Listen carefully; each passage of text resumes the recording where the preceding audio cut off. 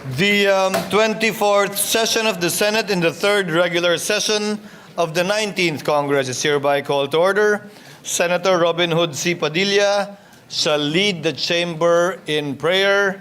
You are recognized, sir, and you may proceed. A'udhu billahi minasyaitanir rajim. Bismillahirrahmanirrahim.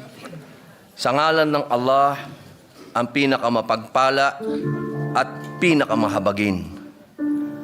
Panginoong Allah, ang panaghoy ng mga Pilipino ay patuloy na bumibigat at lumalalim dulot ng personal na politika.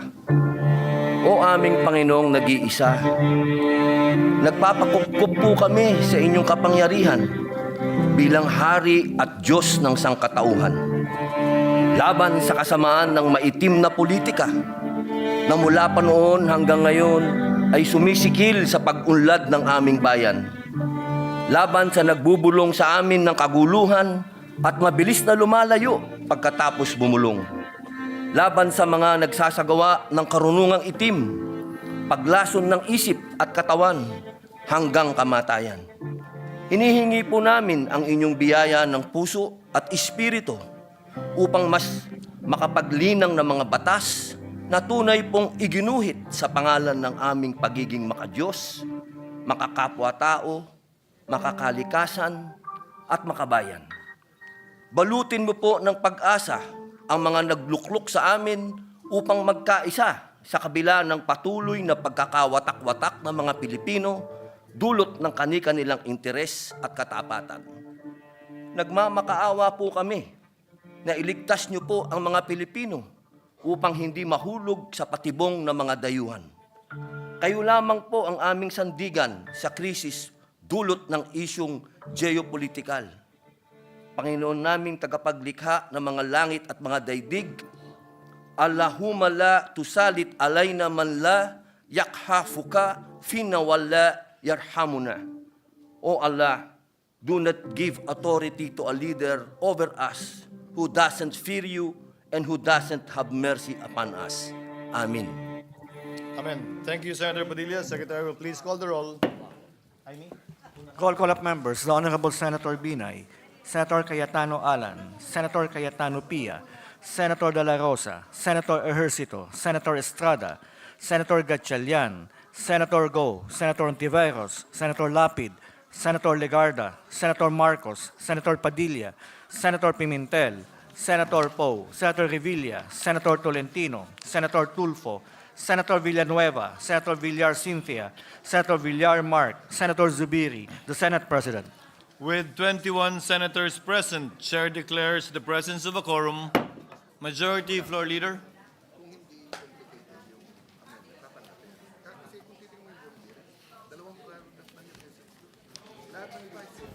Mr. President, before we proceed with the orders for the day, Mr. President, there are some guests that would have to be acknowledged, guests of the Senate, officials from the Polytechnic University of the Philippines, headed by Dr. Emmanuel C. de Guzman, guests of Senator Mark Villar, participants of the Australasia Handgun Championship 2024 in Bali, headed by Tomas de Zoriaga, Classic Division Champion, Rolly Nathaniel Texon, Standard Division Champion, Edsel John Gino, Production Division Overall Champion, guests of Senator Nancy Binay, incoming. Senior citizens from Barangay Guadalupe Viejo in Makati City. Guests of this representation, Mayor Pedro Matinong and wife from the Municipality of Surala, South Cotabato.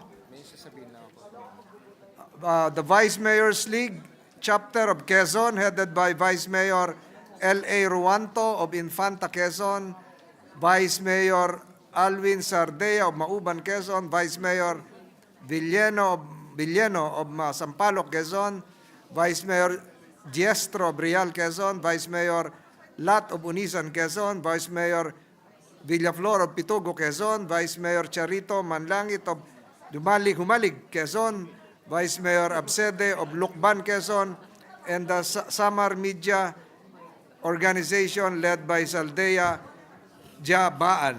Guests of Senator Joel Villanueva, the Philippine team that joined the World Skills in Lyon, France. Of the 6 competitors from the Philippines, 3 bagged the Medal of Excellence.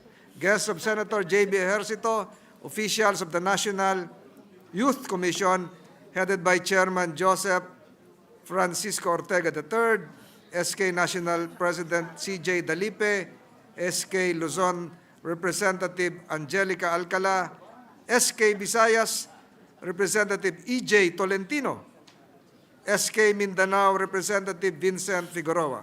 Guests of Senator Gatchalian, Samar Media Club, which I mentioned a while ago, from Catbalogan City. Guests of Senator Alan Cayetano, SK Federation of San Luis, Batangas. We welcome our guests, Mr. President. To the aforementioned guests, before that, Senator Villanueva. Yes, Mr. President, I would just like to join our Majority Leader and thank him for acknowledging our guest, the Philippine team that competed in the World Skills Competition in Lyon, France. Mr. President, I just wanted to name them one by one. These 6 competitors from the Philippine team, 3 of them bagged the Medallion of Excellence, an award granted to competitors whose performance meets international standards based on the criteria set by World Skills International. Mr. President, they are Kylie Bridget Ding Ding, who competed in graphic design technology and also won the Best of Nation Award. Also with us is Gwyneth Nicole Abarquez, who competed in restaurant service, and Allen Gakweng, who competed in cooking. We also have with us Claudette Crisel Maloles, Bakery, Christian Lazarus Asanza, Electrical Installation, and Paul Mark BU, IT Software Solutions for Business. Mr. President, the competitors were accompanied by their experts and coaches who also acted as judges in accordance with the World Skills Competition, International Competition rules. Mr. President, we congratulate all of them. We congratulate Philippine team. And we look forward, Mr. President, in hosting the 14th ASEAN Skills Competition here in the Philippines next year. Thank you, Mr. President. To the aforementioned guests, welcome to your Senate. Majority. Mr. President, Senator Mark What is the Villar is pleasure of the Honorable seeking the floor. Zubiri? Really quick, we'd like to also recognize, with the permission of the Majority Floor Leader, our Australasia champions. There was an Australasia shooting competition, practical pistol shooting competition. We have many pistol shooters here, like Senator Mark Villar, of course, Senator Bato de la Rosa, and they bested several thousand competitors. Jan, this is a sport, Mr. President, that we can excel. I think we can excel in combat shooting, speed shooting, shotgun shooting. You don't need size. All you need is speed, skill, and agility, and of course, eye and hand coordination. And I'd like to make special mention that one of the champions who's here with us today is the son-in-law of no other than Senator Bato de la Rosa, si Edsel Gio. He's here. And the 2 others are my friends as well. They're also world champions in speed shooting. So congratulations po sa kanila, Mr. President. Thank you for the time. Noted and entered into the records. Majority Floor Leader. Senator Mark Villar is seeking the floor, Mr. President. What is the pleasure of the Honorable Villar? I'd just like to make a manifestation. You Mr. may proceed, President. sir. Mr. President, I would like to take this time to present and honor the guests of this representation who competed at this year's Australasia Handgun Championship held in Bali a few weeks ago. This tournament was attended by handgun professionals of great caliber, most of them belonging to the respective armies and militaries of their nation. Mr. President, my dear colleagues, we have with us today 3 of our 4 fellow Filipinos who proudly represented the country and gave honor to our nation as they brought home not just 1, but 3 championships from 3 different divisions of the tournament. Let us return this honor and glory to Thomas Lusuriaga, Classic Division Overall Champion, Rolly Nathaniel Texon, Standard Division Overall Champion, Edsel John Gino, Production Optics Division Overall Champion, and also the son-in-law, as mentioned earlier, of a very accomplished sharpshooter, Senator Bato de la Rosa.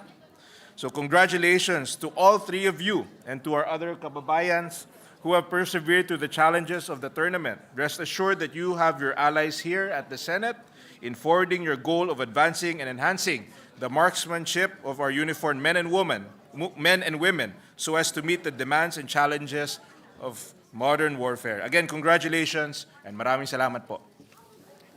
Noted and entered into the records. Majority Leader. Mr. President, I move that we dispense with the reading of the journal of the 22nd session Monday. Mr. President, With the permission of our Majority Leader, what is the pleasure of the Honorable De La Rosa? Also manifestation, Mr. President, just like The the gentleman may manifestation. proceed. You are recognized, sir. Thank you, Mr. President. Mr. President, it is my honor to stand and acknowledge the Filipinos who, in a manner of speaking, were able to make their mark in the recently concluded Australasia 2024 Handgun PCC Championship in Picatu, Bali, Indonesia. Being an International Practical Shooting Confederation or IPSC Level 4 Championship, the Australasia 2024 Handgun PCC Championship is not for the weak of hand and most certainly not for the weak of heart. Attended and participated in by professionals all over the world. This competition was a test of skill and determination for our shooting athletes. On that account alone, Mr. President, I am proud that several Filipinos participated in this highly competitive event, but I am elated that several of them have emerged champions in their respective divisions. We have Thomas Losoriaga, overall champion of the Classic Division. We also have Rolly Nathaniel Texon, overall champion of the Standard Division. And we also have my son-in-law, Mr. Edsel Gino, overall champion of the Production Optics Division. Bilang isang proud na ama, banggitin ko na rin po ang aking anak, Mr. President, si Mona Lisa de la Rosa Gino, na nanalo bilang silver medalist sa Production Optics lady category. Mr. President, as a sport shooter myself, I know the discipline, hard work, and determination that such a sport demands. And these Filipinos have truly risen to the occasion. Ang inuwi ng Philippine team ay hindi lamang isa o 10 o 20 medalya. They brought home over 80 medals and trophies across categories. 41 gold medals, 21 silver medals, and 23 bronze medals. They have shown excellence in precision and marksmanship. More than that, they have given our nation more reasons to celebrate after the Olympic fever. Patuloy po natin suportahan ang lahat ng atletang Pilipino, hindi lamang sa mas kilalang mga larangan, kundi sa lahat ng larangan kung saan maaari nating ipakita ang galing at husay ng Pinoy. Thank you, Mr. President. Noted and entered into the records. Majority Floor Leader. Kindly sit down. Thank you. Majority Floor Leader. Again, Mr. President, I move that we dispense with the reading of the journal of the 22nd session Monday, September 16, and consider the same as approved. Any objection? Hearing none. Same is approved. Mr. President, I move that we resume consideration of Senate Bill number 2804. This is the bill on the new Development Bank of the Philippines Charter. I so move, Mr. President. Any objection? Hearing none. Same is approved. Majority Leader. Mr. President, I move to resume the period of individual amendments using the clean copy as of September 17, 2024 as our working draft and recognize the sponsor, Senator Mark Villar, and to propose amendments, the Honorable Minority Leader, Senator Aquilino Pimentel III. Senator Villar is recognized the sponsor of the measure as well as prior to our Minority Floor Leader. Mr. President, I retract my previous motion. Ano page ka? Senator Joel Villanueva will be the interpellator, likewise, Mr. President. Mr. President, if I may, are we going to do page by page, Mr. President? Because mine would start on page 6, Mr. President. So if the minority leader would start. With the maybe- permission of the gentlemen who have the floor right now, can the chair assist you by calling out the page number if you have any amendments as we proceed? My problem, Mr. President, is my amendments are based on the committee report still. So Yes. it's not on a clean copy, Mr. President. Then, Clean copy. Mr. President, sure, Mr. President. I wave to Senator Joel. so we will acknowledge Senator Villanueva first for his amendments. Yes, thank you. May we know if your amendments are based on the committee report as well Based or on the clean copy? Mr. President. On the clean copy. I'm basing my amendments on the clean copy, and of course, Okay. without prejudice to asking some questions from the proponent, the principal author of the measure. If I Of may, course. Mr. President. The gentleman may proceed. Yes, Mr. President. I'd like to raise page 6, Mr. President. Page 6, section.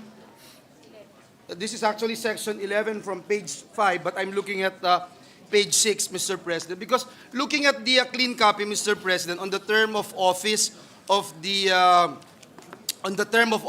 President and members of the board, I wanted to point out, Mr. President, that what happens when a vacancy occurs without completion of the term. And that is why I am raising that question, Mr. President, because that's the only reason why I am introducing an individual amendment, Mr. President. Would the gentleman like to proceed with this amendment? Yes, Mr. President. So on page 6, line 8, I'd like to propose an individual amendment to insert a new sentence after the period on page 6, line 8, which shall be read as appointment to any vacancy shall be only for the unexpired term of the predecessor pursuant to Republic Act number 10149 or the GOCC Governance Act of 2011. What does the sponsor say? Mr. President, I accept, subject to style. Accepted by the sponsor, subject to style. There being no objection, the proposed amendment is approved. Thank you very Senator much. Villanueva? Thank you very much, Mr. President. Thank you to Senator Villar, the principal sponsor and author of this measure. Mr. President, on section 12, page 7, Mr. President, we'd like to find out from the sponsor on the powers and duties of the board. May we know if there are safeguards and leg room, Mr. President, to allow the bank to expand its staff complement, considering po, Mr. President, that the bank itself will have more functions under this proposed measure. And so, with that, Mr. President, let me introduce, if with the indulgence of our sponsor, on page 7, line 6, after the phrase Republic Act number 10149, insert a comma and the following: to meet the operational demands, maintain service quality, and support the expansion of the developmental mandate of the bank. So section 12 now will read as follows, letter F, notwithstanding any law to the contrary, adopt an organizational structure, staffing pattern, and personnel qualification standards of the bank, and to reorganize, rationalize, and restructure the same, or realign the various functions in the bank to ensure effective accomplishment of its mandates and strategic goals, the alignment of its organizational structure and staffing pattern with industry standards, and its responsiveness to regulatory requirements, subject to the provisions of Republic Act number 10149, comma, to meet the operational demands, maintain service quality, and support the expansion of the developmental mandate of the bank. I so move, Mr. President. What does the sponsor say? I accept, subject to style. The proposed amendment having been accepted by the sponsor, subject to style, there being no objection, same is approved. Senator Villanueva? Thank you, Mr. President. On page 8, Mr. President, and again, if I would be allowed to raise some pointers, the reason behind this proposal, because I was about to ask also who shall determine, Mr. President, the rates of allowances and compensation of the technical staff. I have been looking at the entire measure and I have yet to see anything that indicates the determination of the rates of allowances and compensation of the technical staff. So on page 8, lines 13 and 14, I'd like to propose a new subsection, letter E, to read, determine the rates of allowances, honoraria, and such other additional compensation of the bank's technical staff and consultants, subject to the approval of the GCG as provided under Republic Act number 10149, and re-letter the succeeding subsections accordingly. I so move, Mr. President, and submit to the wisdom of our sponsor. What does the sponsor say? I accept, subject to style. The proposed amendment having been accepted by the sponsor, is there any objection? Chair hears none. Proposed amendment is approved. Next, Mr. President, is still on page 8, line 20, after the phrase "in accordance with," insert the phrase "Republic Act number 10149 and." I so move, Mr. President. The rationale behind this is the qualifications of executive officers must be compliant, of course, Mr. President, the fit and proper rule as contained in the GCG Act, RA number 10149. Again, I submit to the wisdom of the body. What does the sponsor say? I accept, subject to style. There being no objection and having been accepted by the principal sponsor, the proposed amendment of the Honorable Villanueva is hereby approved.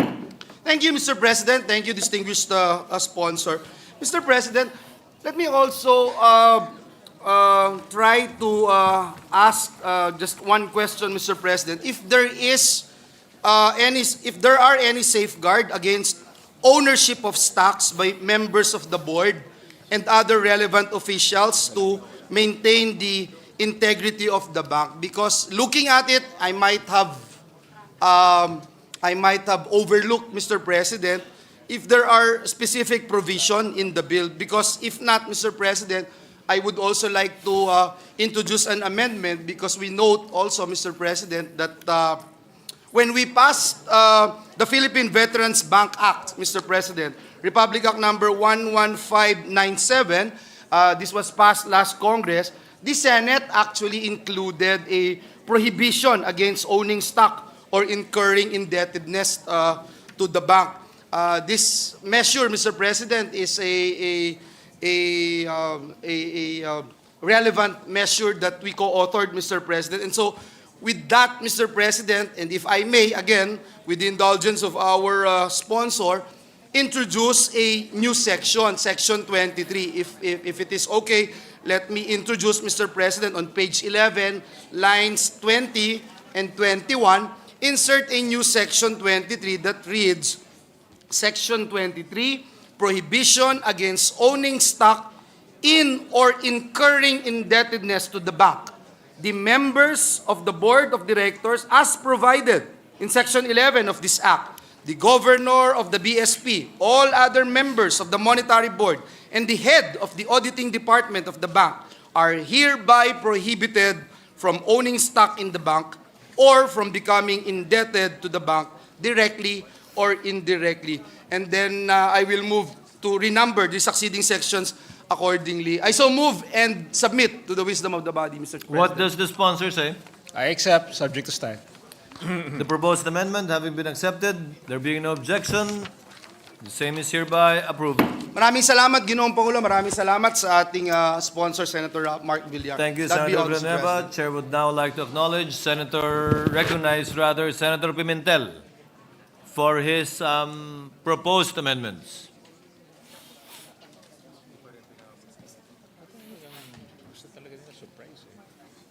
I think, Mr. President, I think the agreement was this representation agreed to close the period for interpellations, assuming that the requested documents will be submitted. So, reading materials on the Lehman transactions, I think, were submitted, but the report on debt write-offs has not been submitted, Mr. President. So, if we could defer our amendments, Mr. President. At any rate, we're encountering difficulty because my staff has given me amendments based on the committee report, not on the clean copy. Mr. Not on the President. clean copy. Yes, that's. So I'm really forced to ask for more time, Mr. President. At any rate. With the permission of the Honorable Pimentel, may we seek the answer first of the sponsor with respect to the submissions asked for by the minority leader. Senator Villar? Yes, Mr. President,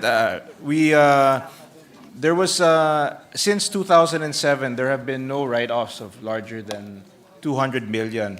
And, but the documentation was submitted to the office of Senator Pimentel as far as the DBP is concerned, Since 07. since 07, Prior to 07, prior to 07. And maybe we should lessen the amount, Mr. President. Let's make it 50 million pesos, Mr. President. If there have been loan write-offs where the loan is at least 50 million pesos and above, Mr. President. session is suspended.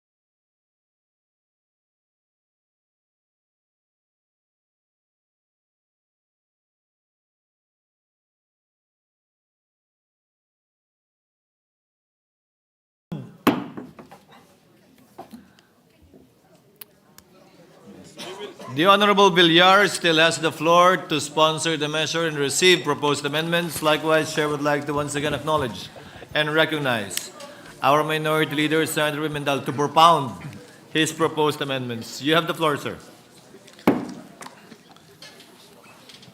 And we just beg the understanding of our colleagues and the chair that we will be using the committee report, Your Honor. Okay. Yes, as Yes, indicated yes. during the break, and we will follow. Yes, sir. On page 3, line 17, delete the entire paragraph G, Mr. President, which is under section 6, corporate powers. It's actually also on page 3, line 17 of the clean copy. Thank you. That's What does the sponsor say? We so move, Mr. President.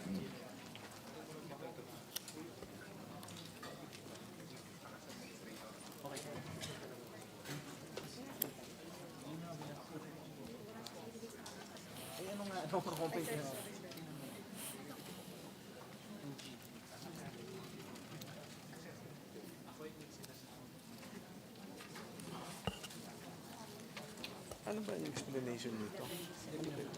Pinapadilis administrator and or blending. So, agent siya? I accept, subject to style. The proposed amendment having been accepted by the sponsor, is there any objection? There being none, proposed amendment is approved, subject to style. Thank you, Mr. President. On page 3, line 25, which involves paragraph J of section 6 on corporate powers, delete the phrase which starts with the word which on page 3, line 25, which all the way to line 28, interest, semicolon, Mr. President.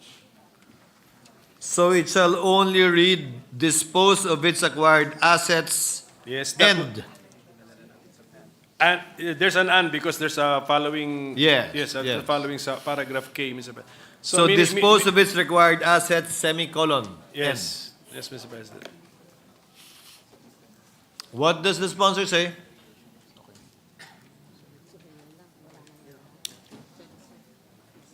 I accept, subject to style. Having been accepted, there being no objection, proposed amendment is approved. Actually, Mr. President, the objective of this representation is to treat the bank just like any other bank, Mr. President. That it has no special treatment under the law, that resort to courts are qualified or limited, Mr. President. That's the purpose. But we thank the sponsor for accepting our proposed amendment. Now, Mr. President, the next one involves Section 7 on the authorized capital stock. So that's on page 4. The proposal is to delete the last paragraph of Section 7 found on page 4, lines 17 to 21. The effect, Mr. President, is that just like this particular measure, the DBP needs to come back to Congress if it wants to increase its authorized capital stock or its capitalization, Mr. President. Just like what we're doing now, Mr. President. Request for a suspension. Can I request for a suspension? Session suspended.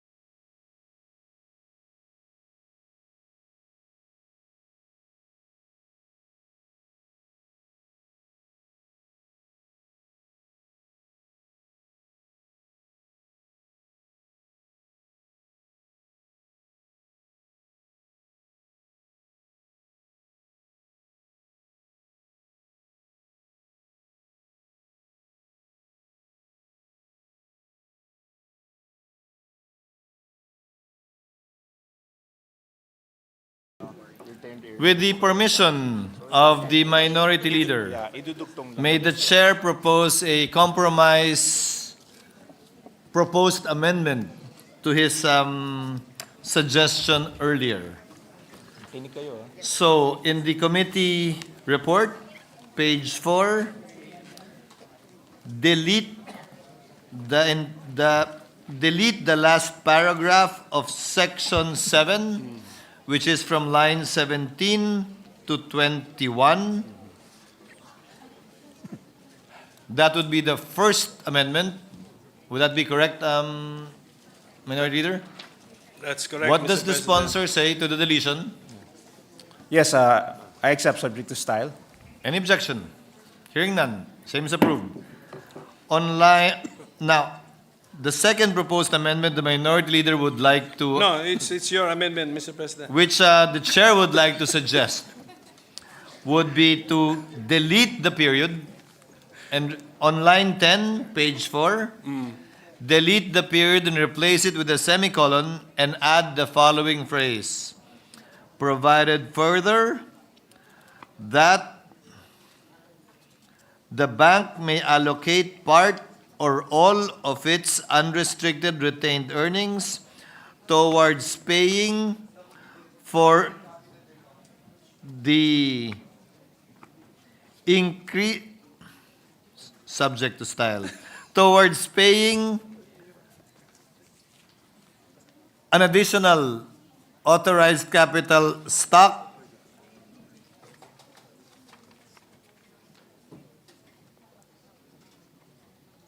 towards paying for the capitalization of the bank as contained in this paragraph. Which basically means, pwede lang niyang gamitin yung unrestricted retained earnings niya para dagdagan yung paid up ng authorized capital stock, which is at 300 billion as contained herein. And the deletion of the last paragraph, section 7, would mean at any point in time that they want to increase capitalization of the bank, they have to come back to Congress and seek an amendment of this provision. But discussion, Mr. President, on the proposed amendment. Yes, Minority Leader. When the unrestricted retained earnings of the bank are used to pay for the increased Not the authorized increase. capital, The increase in the paid up. yes, in the increase in the authorized capital stock. This is paying it up. This is paying Yes. Increase in it. In whose name will the shares be, Mr. President? All of the shares of the bank today and even when it is done, when this is done, would be in the name of the national government. Can I will not interpose an objection to the proposed amendment, but can we put a footnote, Mr. President, that the subject to style, my suggestion is we also double check the procedure. We will. If that is the correct procedure also, Mr. President. Subject to That's style and a verification of the procedure if indeed this can be done, similar to what Land Bank, I think I was informed, also does. that's why we need to double check all, Mr. President. Subject to style and subject to verification, what does the author say? I accept subject to style and subject to verification. There being no objection, same is approved. Thank Minority you, Leader may Mr. proceed. President. You see how cooperative the minority is, Mr. President? We appreciate your magnanimity, Your Honor.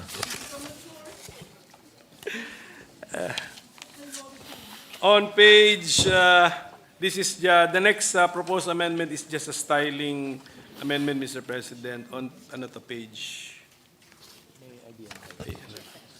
Saan ba to? Page 7. Okay. Of the committee report, Mr. President. Page 7. Line 28. I move that we delete the comma after shall, and as well as the words among other powers and duties, comma, Mr. President. I so move, Mr. President. What does the sponsor say? I accept subject to style. There being an objection, proposed amendment is approved. And then on page 7, line 32, if we, the proposal is to insert the word or after or before insert the word or before executive issuances, and then delete the phrase or by the board from time to time.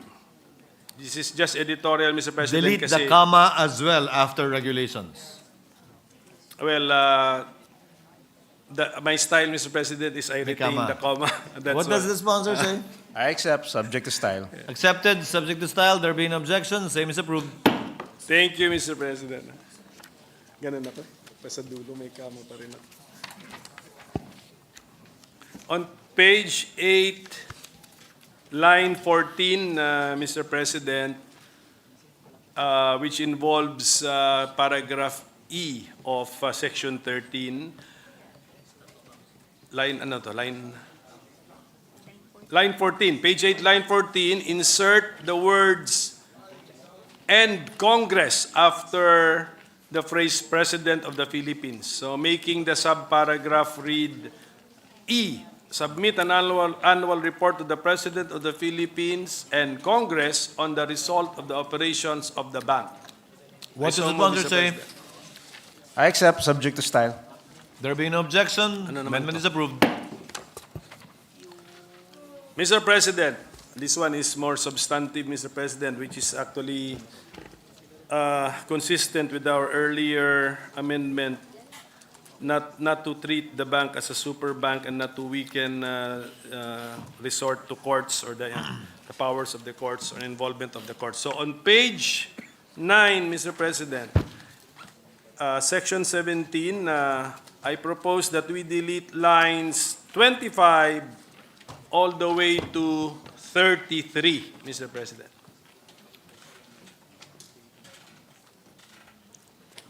So thereby allowing courts to normally treat actions against the bank, Mr. President. Against or involving the bank, Mr. President. What does the sponsor say? I accept, subject to style. Proposed amendment having been accepted, there being no objection, same is approved. On page 12.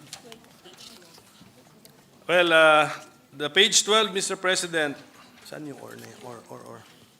Ito muna. I have just a question, Mr. President. Page 12, line 11, there's a proviso there, provided, comma, that in respect to deposits or whatever nature, comma, the provisions of existing law shall apply. Is that or off, Mr. President? That on page 11, page 12, line 11. I think it's off. I think it is off. I believe, Mr. President, I believe that was a typo. I think it's off. Okay, Should so be OF. therefore my proposed amendment is to correct the word, that word or to off, Mr. President. I accept. So after the word deposits on line 11, delete or and replace with of. Thank you, Mr. There being no President. objection. I accept. Having been accepted, same is approved. Okay, last, which is also just styling, Mr. President. On page 12 of the committee report, ano to line? Line 15, I move that we, line 15 to 16, I move that we delete the phrase established banking practices or as may be allowed by, delete those words and then replace it with applicable and then make the word law, laws, Mr. President. Plural, laws. So it should now read after the comma in accordance with applicable laws, period. In accordance with applicable laws. Yes, that's the What does the sponsor say? I accept, subject to style. Having been accepted, there being no objection, same is approved. So that would be all from this representation, Mr. President. But can I highlight that it's subject to compliance by DBP of the documents this representation has requested? Yes. As well as the asterisk that I requested to be noted, Mr. President. That is the understanding, Minority Leader, yes. Subject to the submission of documents and verification as to the procedure, in line with the fact that this is also being done apparently by the Land Bank of the Philippines. Mr. Be President. confirmed. Yes. What does the Honorable what is the pleasure of the Honorable Yes, Villanueva? Mr. President, just to put on record that considering the amendments introduced by this representation were all accepted by this sponsor, may I be allowed also, Mr. President, to be a co-author of this measure, Mr. President? Thank you. Duly Mr. noted President. and entered into the records. Majority Leader?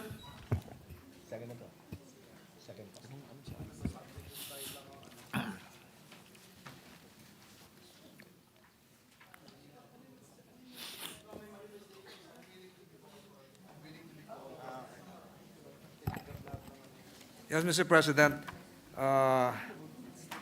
President, just I seek recognition to just ask one clarificatory question. Just one word, Mr. President. The Majority Leader is Yes. recognized. Mr. President, on page 3, and this is reference to the corporate powers of the bank. May I know from, just to spread into the records, Mr. President, may I know from the good sponsor the exact meaning of the power of the bank to engage in financial leasing of movable and immovable properties in connection with government projects. This representation is particularly interested in the word movable. Is it limited to what is defined under the new civil code, which is Article 416, 417, 418, if I'm not mistaken? Page 3, Mr. President, line 20. Yes, What does the so long, sponsor say? yes. So long as it is a government project, yes. Yes, Mr. President. Ang interest ko po, Mr. President, is that since we're about to approve the blue economy measure, would it include vessels? Ito yung mga sasakyang pandagat na involved sa government projects, BFAR, and other vessels and ships for that matter, Mr. President. Yes, again, so long as it is a government project, yes. It And includes government ships. projects, Mr. President, just to spread into the records, government projects could mean seafaring, fishing, and other naval projects for that matter, because we have now crisscrossed, combined BFAR activities with Coast Guard activities, Mr. President. Yes, Mr. Government President, projects. that is correct, that is correct. And that would, to clarify, that would include naval projects, Mr. President. Yes, that is correct. That would include naval projects, Mr. President. So I just want to spread that into the records, that, and I thank the good sponsor for clarifying that movable properties that could be financially leased by the bank would include those for fishing, marine research, and other naval, seafaring, government projects. Yes. Thank you, Mr. is correct. President. Mr. Thank President, you, Majority Leader. Yes, Majority Leader? Mr. President, may I be recognized? Yes, what is the pleasure of the Honorable Villar? With the permission of the body, I would like to introduce additional amendments to refine the new DBP charter. The gentleman may proceed. On page 2, line 15, after the word growth, insert the new paragraph. The bank shall also adopt policies on digitalization to improve operational efficiency and governance while promoting financial inclusion. Period. I so move, Mr. President. Any objection? Hearing none, same is approved. And, Mr. President, this is the amendment of Senator Loren Legarda. On page 1, section 2, line 8, after the word economy, insert a comma and the phrase, while ensuring that such development is aligned with environmental sustainability. Any objection to the proposed amendment? Hearing none, the proposed amendment is approved.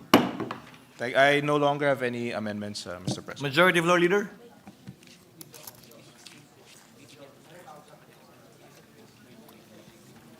Mr. President, with no other amendment, I move to close the period of individual amendments, Mr. President. Any objection? Hearing none, period of amendments hereby closed. Mr. President, Before we approve on second reading, can I just, can you ask for 1 minute suspension? 1 minute suspension, Mr. President. Session suspended.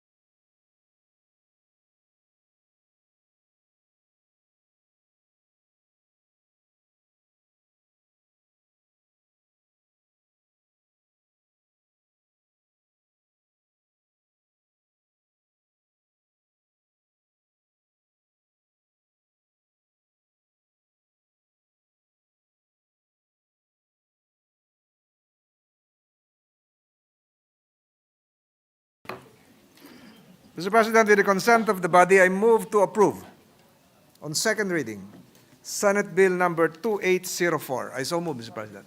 Any objection? Hearing none. The aforestated Senate bill is hereby approved on second reading. Thank you, Mr. President. Mr. President, I move to Congratulations, Senator suspend Villar. consideration of Senate Bill number 2804.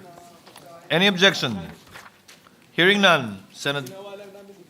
Senate Bill number 2804, further consideration rather of Senate Bill number 2804 is suspended.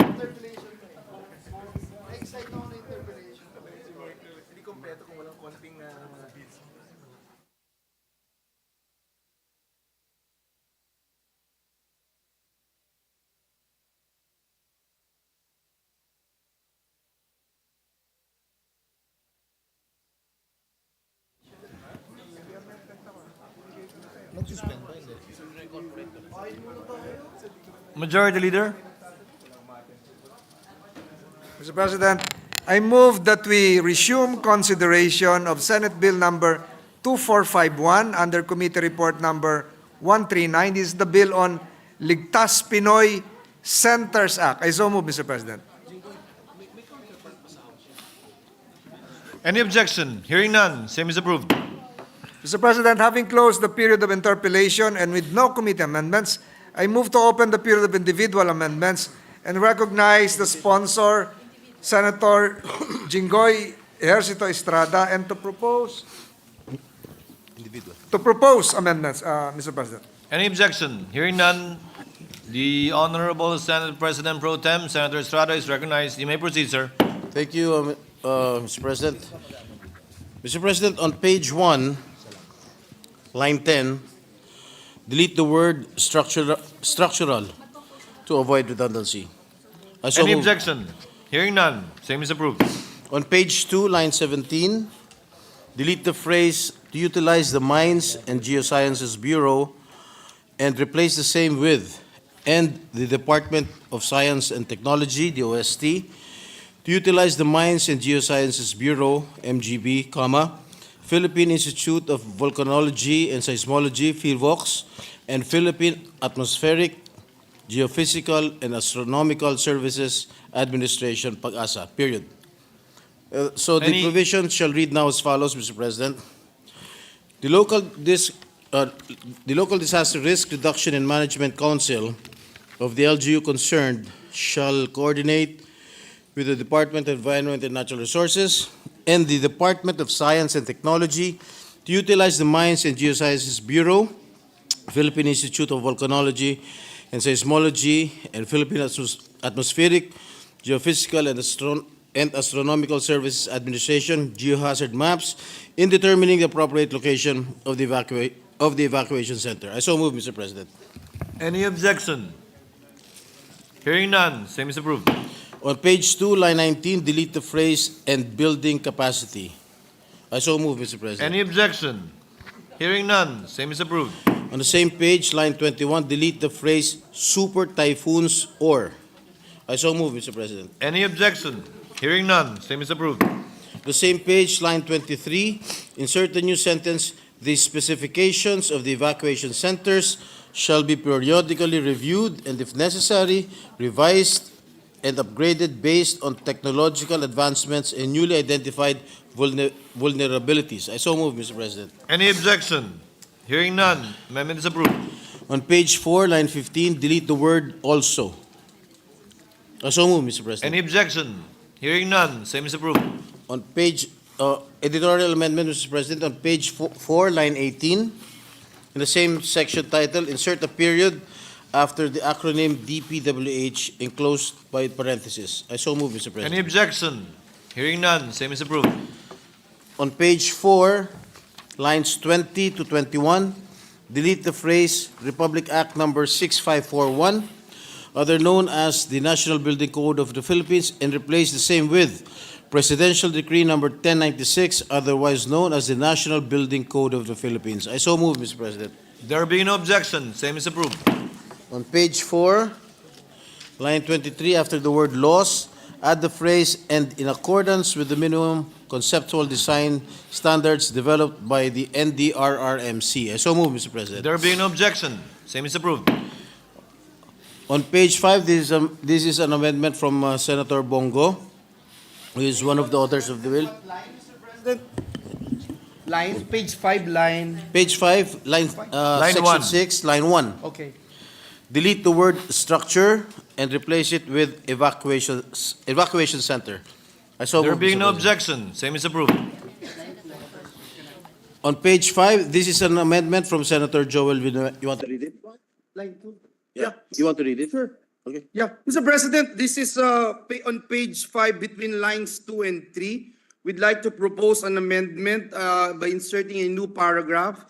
The DPWH shall undertake a routine inspection at least once a year for structures that have existed for not more than 15 years, and at least twice a year for structures that have existed for more than 15 years. The DPWH may conduct additional inspections as necessary, especially during emergencies and rainy seasons. That's our proposed amendment, and we submit to the wisdom of the What does the sponsor say? Accepted, Mr. President. Thank you. There Mr. being no objection, subject to style, same is approved. Thank you, Mr. President. Thank you. Thank you, Mr. President. Thank you, Senator Joel. On page 5, line 20, before the article, insert the phrase "within 6 months after the effectivity of this act." So the provision will now read as follows: within 6 months after the effectivity of this act, the NDRRMC shall make a priority list. I so move, Mr. President. Any objection? There being none, same is approved. On the same page, line 22, delete the term LGUs and insert coping capacity of LGUs and their. I so move, Mr. President. Any objection? There being none, same is approved. This is an amendment coming from Senator Win Gatchalian. On page 6, lines 5 to 6, delete the clause, the NDRRMC shall enter into a memorandum of agreement with the DPWH and the concerned local government units for its proper turnover, maintenance, operation, and management, and replace the same with a memorandum of agreement shall be entered into by and between the DPWH, the LGUs, and the NDRRMC through the OCD for the proper turnover of ownership, maintenance, operation, and management. I so move, Mr. President. Any objection? There being none, amendment is approved. The amendment is to clarify the ownership of the constructed evacuation centers as brought up by the good minority leader, Senator Coco Pimentel, during the period of interpellation, Mr. President. Noted. On the same page, lines 7 to 8, delete the comma after the acronym NDRRMC and the phrase together with the DSWD. I so move, Mr. President. Any objection? Hearing none, same is approved. On the same page, line 11, under the article the, insert the word maintenance and delete the word supervision. I so move, Mr. President. Any objection? Hearing none, same is approved. The gentleman Honorable from Bulacan. Villanueva. Yes, Mr. President. Mr. President, on page 6, line 20, after the word occurs, comma, insert the following proviso. Provided furthermore that the evacuation center and its facilities may not be used for partisan activities. And so, Mr. President, the sentence will now read as follows.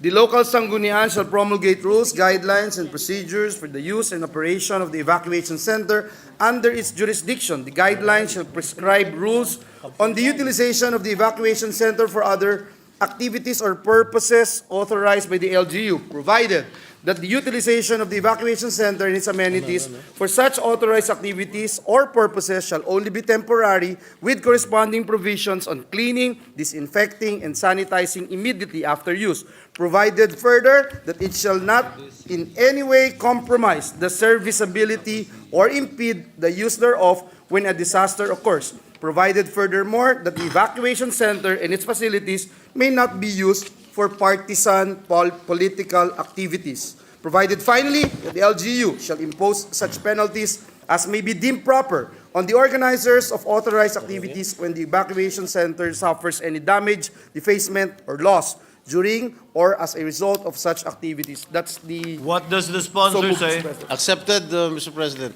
Hearing no objection, same is approved. Thank you again, Mr. President. Thank you, Senator Jingo Estrada. Thank you, Mr. Senator President. Thank Villanueva. you. Senator Estrada. Thank you, Senator Joel. The next amendment is coming from the Majority Leader, Senator Francis Tolentino. On page 7, line 4, after the period, insert the following.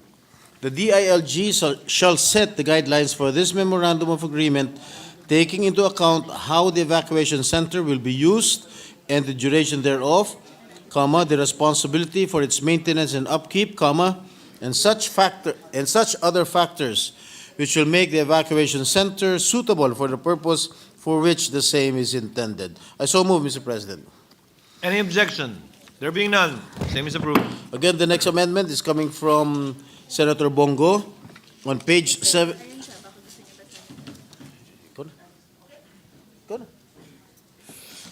Mr. President, Senator Bongo wishes to be recognized. Senator Go is recognized. Mr. President, I just want to make a statement as the principal author and one of the co-sponsors of this measure. I want to reiterate my full support for the establishment of Ligtas Pinoy centers, also known as Mandatory Evacuation Center. As we know, our country is highly vulnerable to natural hazards attributed primarily to our country's location. And with the onset of climate change, hindi natin alam, bigla na lang bumubuhos dito yung ulan. Minsan, ang announcement ng Pag-asa, hapon na, too late na po. Alam nyo, nasa Pacific Ring of Fire po tayo.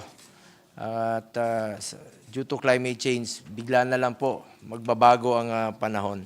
Extreme disturbances will only serve to drastically increase the severity of natural disasters. Tuwing may bagyo, lindol, pagputok ng buwan, at iba pang sakuna, kawawa po ang ating mga kababayan.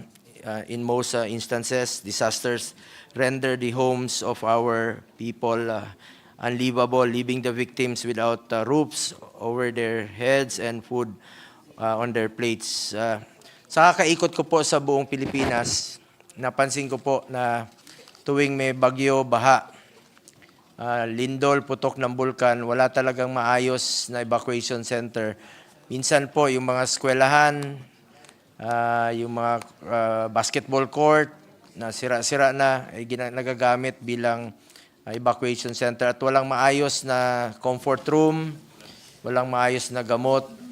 Nagkakasakit po yung ating mga kababayan at naantala po yung pag-aaral ng mga estudyante pag nagagamit po yung mga eskwelahan as evacuation centers.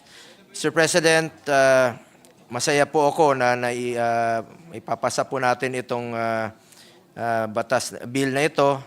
According to a data from the Office of the Civil Defense, as of 2019, the country recorded having 28,083 centers being used as evacuation centers.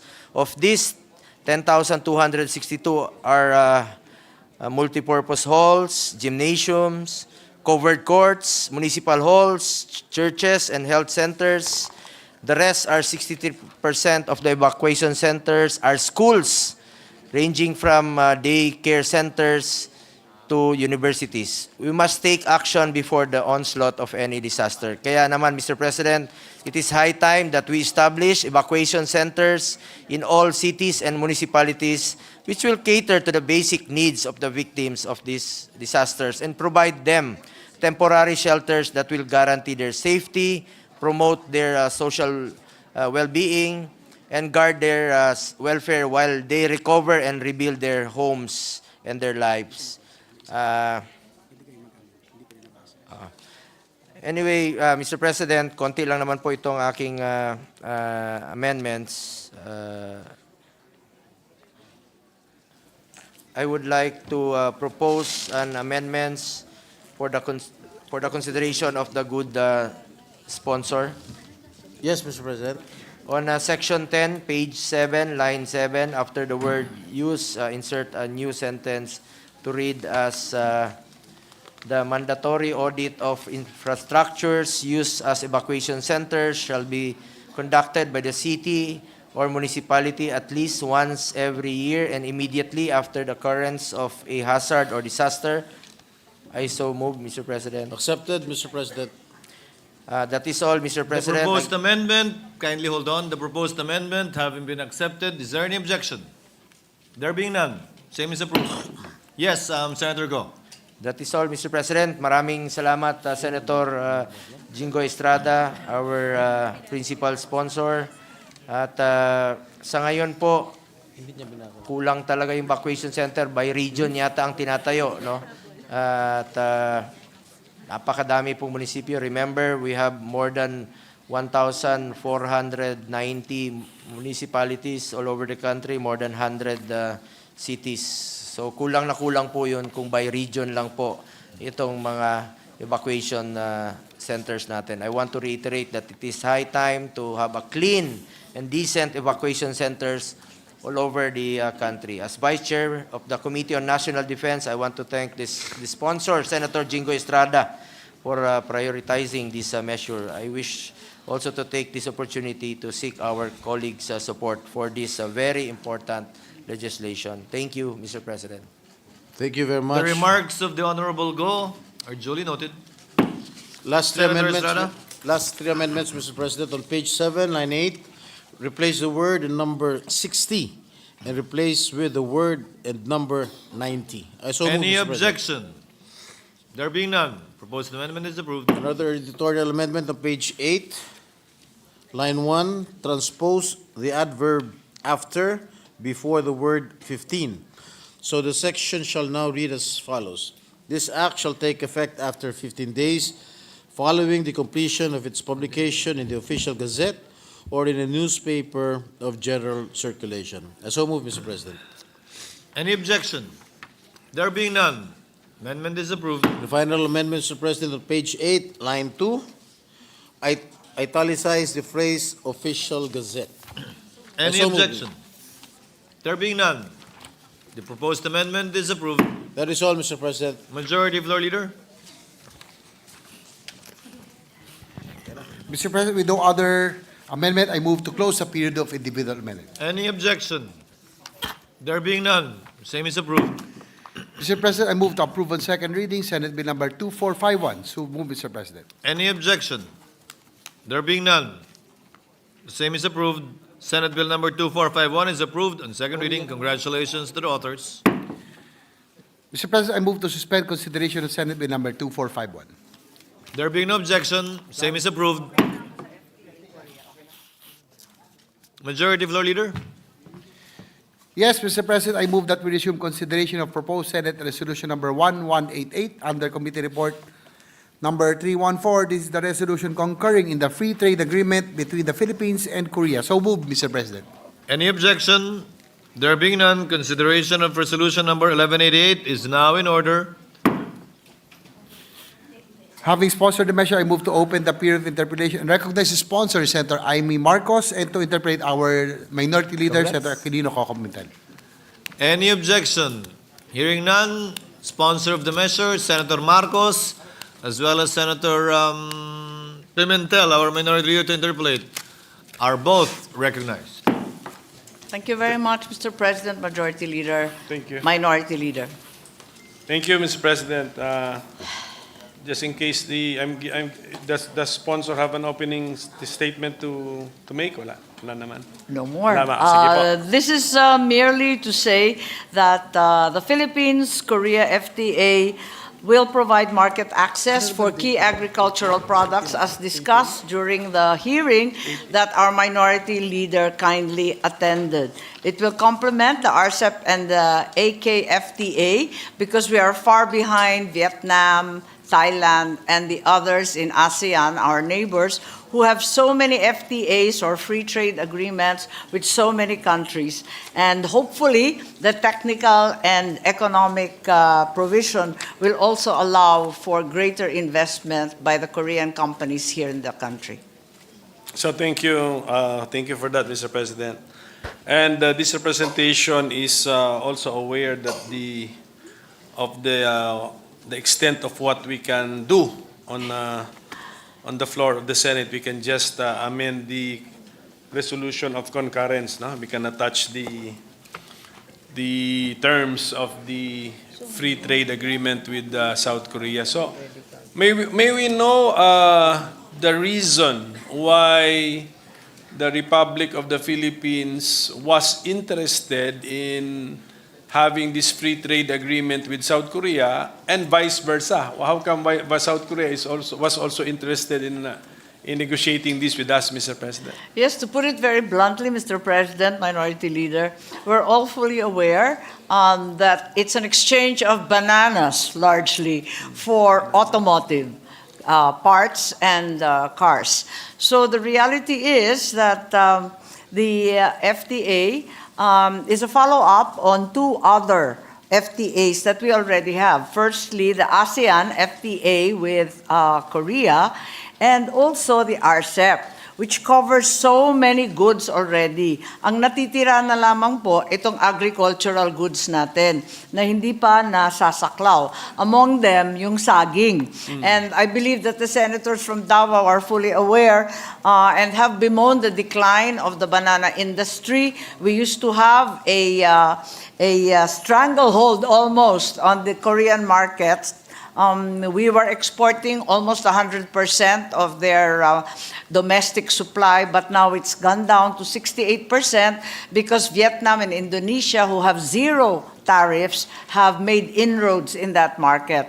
So to stem a further decline, I think it is important that we enter upon this FTA. It is, after all, the third best market for Filipino bananas, and put our almost 700,000 banana farmers and their families on the road to recovery for the entire industry.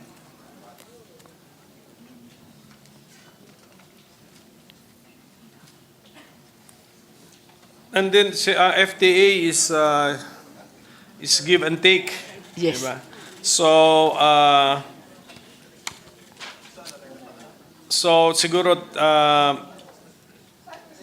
from the concessions of South Korea made in favor of Philippine products, what are these Philippine products which we envision or we project to benefit from this FTA with South Korea? Yes, primarily, as I said earlier, there's fresh banana with a trade value last year of $210 million plus. In addition, it will also benefit oysters, blue crab, okra, jams, apparel, and other agricultural exports that we already have. So that will be a big boon for agriculture. Yes, generally, agricultural products, pero the sponsor mentioned apparel din. Meron ding- Apparently, there are a Apparel? small amount. Parang may konti rin tayong apparel na ine-export to Korea. I would have thought it's the other way around, but apparently, there's $9 million of apparel that's derived from the Philippines to Korea. Sige po, pero yung mga other, parang banana, talagang alam natin yan na we are a big producer of banana. Pero I never thought that oysters and blue crab would also be worth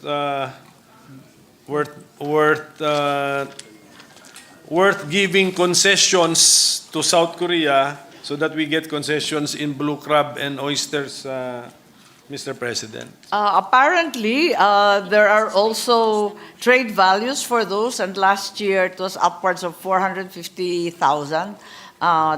So, meron din, pakonti-konti. May fruits and nuts, may kung ano-anong gulay, yun nga, yung mga tomato, vegetable. At ang balita ko, magsisimula rin tayo mag-export ng sili dahil maanghang sila kumain eh. Kaya tuwan-tuwa sila sa labuyo at napakatapang daw. Sige po. Basta ang Pilipinas po ba, kilala tayo sa agricultural products natin. So, banana. So, kasali siya sa projected na magbe-benefit. How about pineapple? Yun ang problema. Yung pineapple, apparently the DTI was negotiating for fresh pineapple, but it appears that there's a conflict. So they only allowed pineapple juice and canned pineapple for the moment. Baka sa susunod, pumayag na rin para mapagbigyan rin dahil ang pineapple natin nahirapan ng panahon ng El Nino. So kailangan talaga tulong-tulungan ng agri. Yung paraan sa pagdagdag ng produkto sa FTA, is it provided in the FTA itself? It is supposed to be subject to review. Yes, and then kung magdagdag every I think every the 5 term in the entire FTA is always 5 years. 5 years for review and 5 years for zero tariff para gradual ang opening Yun ng yung, market. timetable. Walang biglaan. Pag magdagdag ng produkto sa listahan ng mga binibigyan po ng concession, either way, on either side, is it considered an amendment to the treaty that it needs to come back to the Senate for concurrence?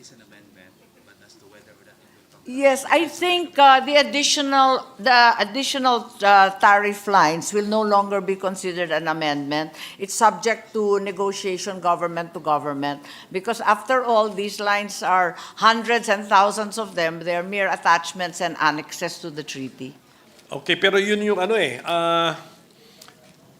ang concern ng iba nating mga kababayan, actually the details, the tariff lines. So kunyari, yung published tariff lines na involved in the FTA, sometimes they already comment on those inclusions, or sometimes they will oppose the FTA because of some That's correct. That's inclusion. happened on occasion. So, paano pala yan? So there's a possibility na magulat na lang in the future yung, let's say, there's a segment of Philippine society which did not oppose That's the right. FDA because wala naman dun yung concern nila na tariff line. And then, 5 to 10 years from now, pwede pala madagdag ang tariff line na yun, Mr. Well, President? I believe that the understanding of review of a treaty will require the conducting public hearings and extensive consultations with all the stakeholders. Wala naman sigurong gulatan kasi it's usually a gradual process naman over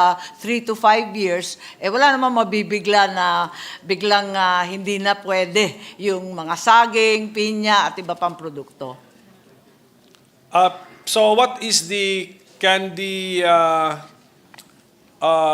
sponsor outline to us the basic steps or procedure on how our FTA negotiators consult with the general population as well as with interested groups in our society, Mr. President? Yeah.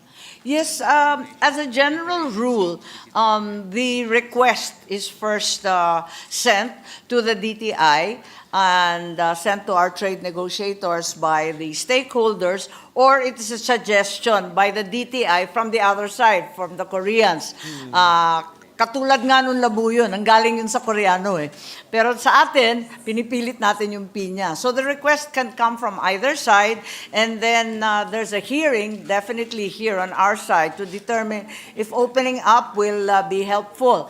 Fortunately, it is not too difficult with Korea because we have a complementarity. We have a complementarity of products. Hindi tayo magkakaparehong produkto katulad ng ASEAN kung saan mas madugo at pare-pareho tayong may saging, may pinya, pare-pareho halos. So after the consultation, there will be an evaluation, may closure report on the consultation, and then the Committee on Trade Matters will assess yung technical group kasi masyadong mahirap gawin yung mga tariff lines, libo-libo yan. That expands over 1,200. Tapos, idadaan sa NEDA. Pag dumaan sa NEDA, i-approve nila at ipapadala kay Presidente. At doon magiging final yung mga tariff lines na government to government. And I think this is one of the reasons we are so enthusiastic about this FTA because the Korean president will be visiting Manila next month in October. So, on the part of the Philippines, our consultative mechanism is well institutionalized already and well tested already and ginagamit, maraming beses na natin nagamit. Yes, Is that yes, the we correct have statement? we have been doing this for a while because we have, as I said, the more problematic ASEAN Trade in Goods Agreement.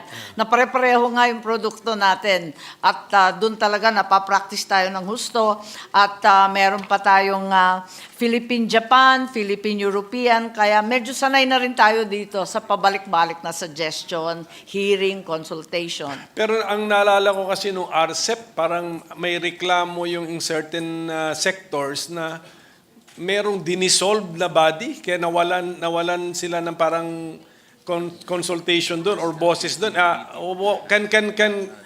If the sponsor knows the details, can we be refreshed, Mr. President? What was that body which was parang dissolved? So they lost they lost the mechanism to be consulted and to be heard, Mr. President. If I recall correctly, there was a Philippine Committee on International Trade that for some reason was deactivated, and many in the agricultural sector felt that they had lost their voice in the consultation process. Today, we have a Committee on Trade Matters that's supposed to take this up and assess on our part kung lugi ba tayo o talaga naman na kikita yung mga tauhan natin. The Committee on Trade Matters is composed of who, Mr. President? It's a multi-agency. Once again, it's a multi-agency committee involving DTI, NEDA, DOST, DA in the case of agricultural goods, and so on. Marami po silang member Para dyan. sa private po, yung private sector. I think the committee itself is strictly made up of government, but the consultation necessarily involves private sector and stakeholders. So interagency body po ito. Yes. So paano yun? We will still be vulnerable to complaints that the private sector has not been consulted, Mr. President. If we have limited this body to government officials. The usual complainants, as we're well aware, are our sadly uncompetitive farming sector.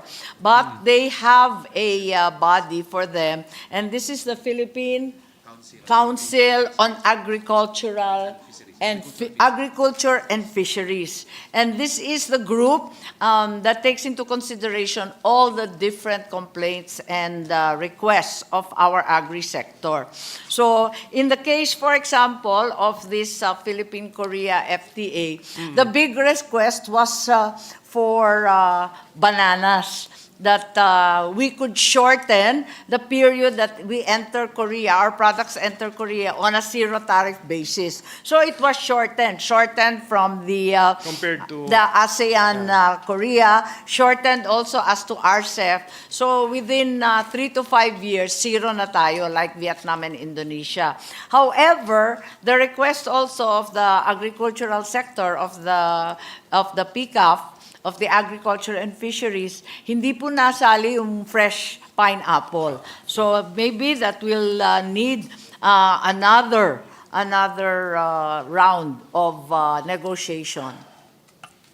What's this resolution?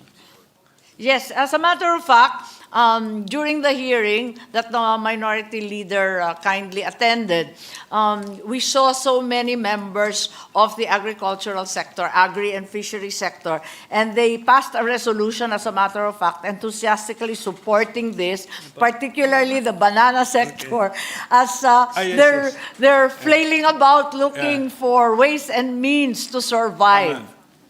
Yes, I think I heard the manifestation of the representative Yes, from of the banana growers. industries. That's Yes, correct. Yes, I forgot his name. But, There were two Sige groups, po. the commercial growers and then also the small banana farmers. All of them were very enthusiastic that we allow this as soon as possible. Pero para lang po malaman ng mga nakikinig po sa ating mga kababayan natin. So for example, ano ba ang top 5 agricultural products ng Pilipinas? Tapos, dun sa top 5 na yon, ilan ang sasabihin nating magbebenepisyo sa FTA na ito?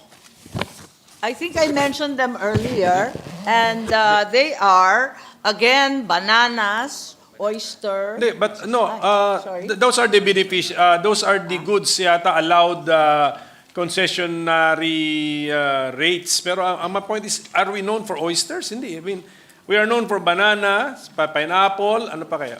Tuna, agricultural fisheries, and then coconut products, ano pa po? Yeah. Did we haggle for our top products? Yes, actually, what we'll be exporting are first the bananas, as mentioned repeatedly, processed pineapple, including pineapple juice, as also mentioned, yellowfin tuna still, even if it's a declining amount, we are no longer number one. Nevertheless, there's yellowfin tuna, there's preserved oysters and blue crab, so we'll be sending them out. Even the canned sardines, kahit papano, meron pa rin. And I think we'll have fresh guava, okra, and as mentioned earlier, preserved jams. Jams. Okay, thank you for that. So it's really agriculture for cars and automotive parts. Kunyari, for example, yung mga manufactured goods natin, although hindi, let us say, hindi siya parang heavy industrial product. For example, shoes, Marikina-made shoes. Wala. We don't have Meron po. meron ba tayong concession na nakuha doon? Meron tayong shoes kahit papano. We have garments and articles of apparel, and articles of apparel also encompass Marikina and other Filipino-made shoes. It's interesting because agriculture is not really our number one export. Our number one export, far and away, are electronics, the parts, Yes. and other boards and other systems. Pero I have my comment on that, Mr. President. When we say number one export natin would be the boards and then the mga circuit boards, Yeah, the mga circuit ganyan. But boards, correct. ano yun number one exports natin, but definitely that's also our top imports. Korea. Um, Oo Tama nga, po ba yun? actually, Top imports siya, and then we just did something to those boards and then we exported them. Yeah. Unlike banana, at least masasabi ko, I mean from seeds to tree to fruit, Philippine grown po yun. Maraming components na Philippine inputs, Mr. President. yes, this is the issue also that we've raised time and again. We have components and parts, dinudugtong-dugtong lang natin. Pagkatapos i-export natin, half-finished. Pagkatapos, ibabalik sa atin, laptop o cellphone na. Kung tutuusin, we are paying top dollar for parts that may or may not have come from the Philippines in the first place. Right. So our claim, the top export as components which are also top imports.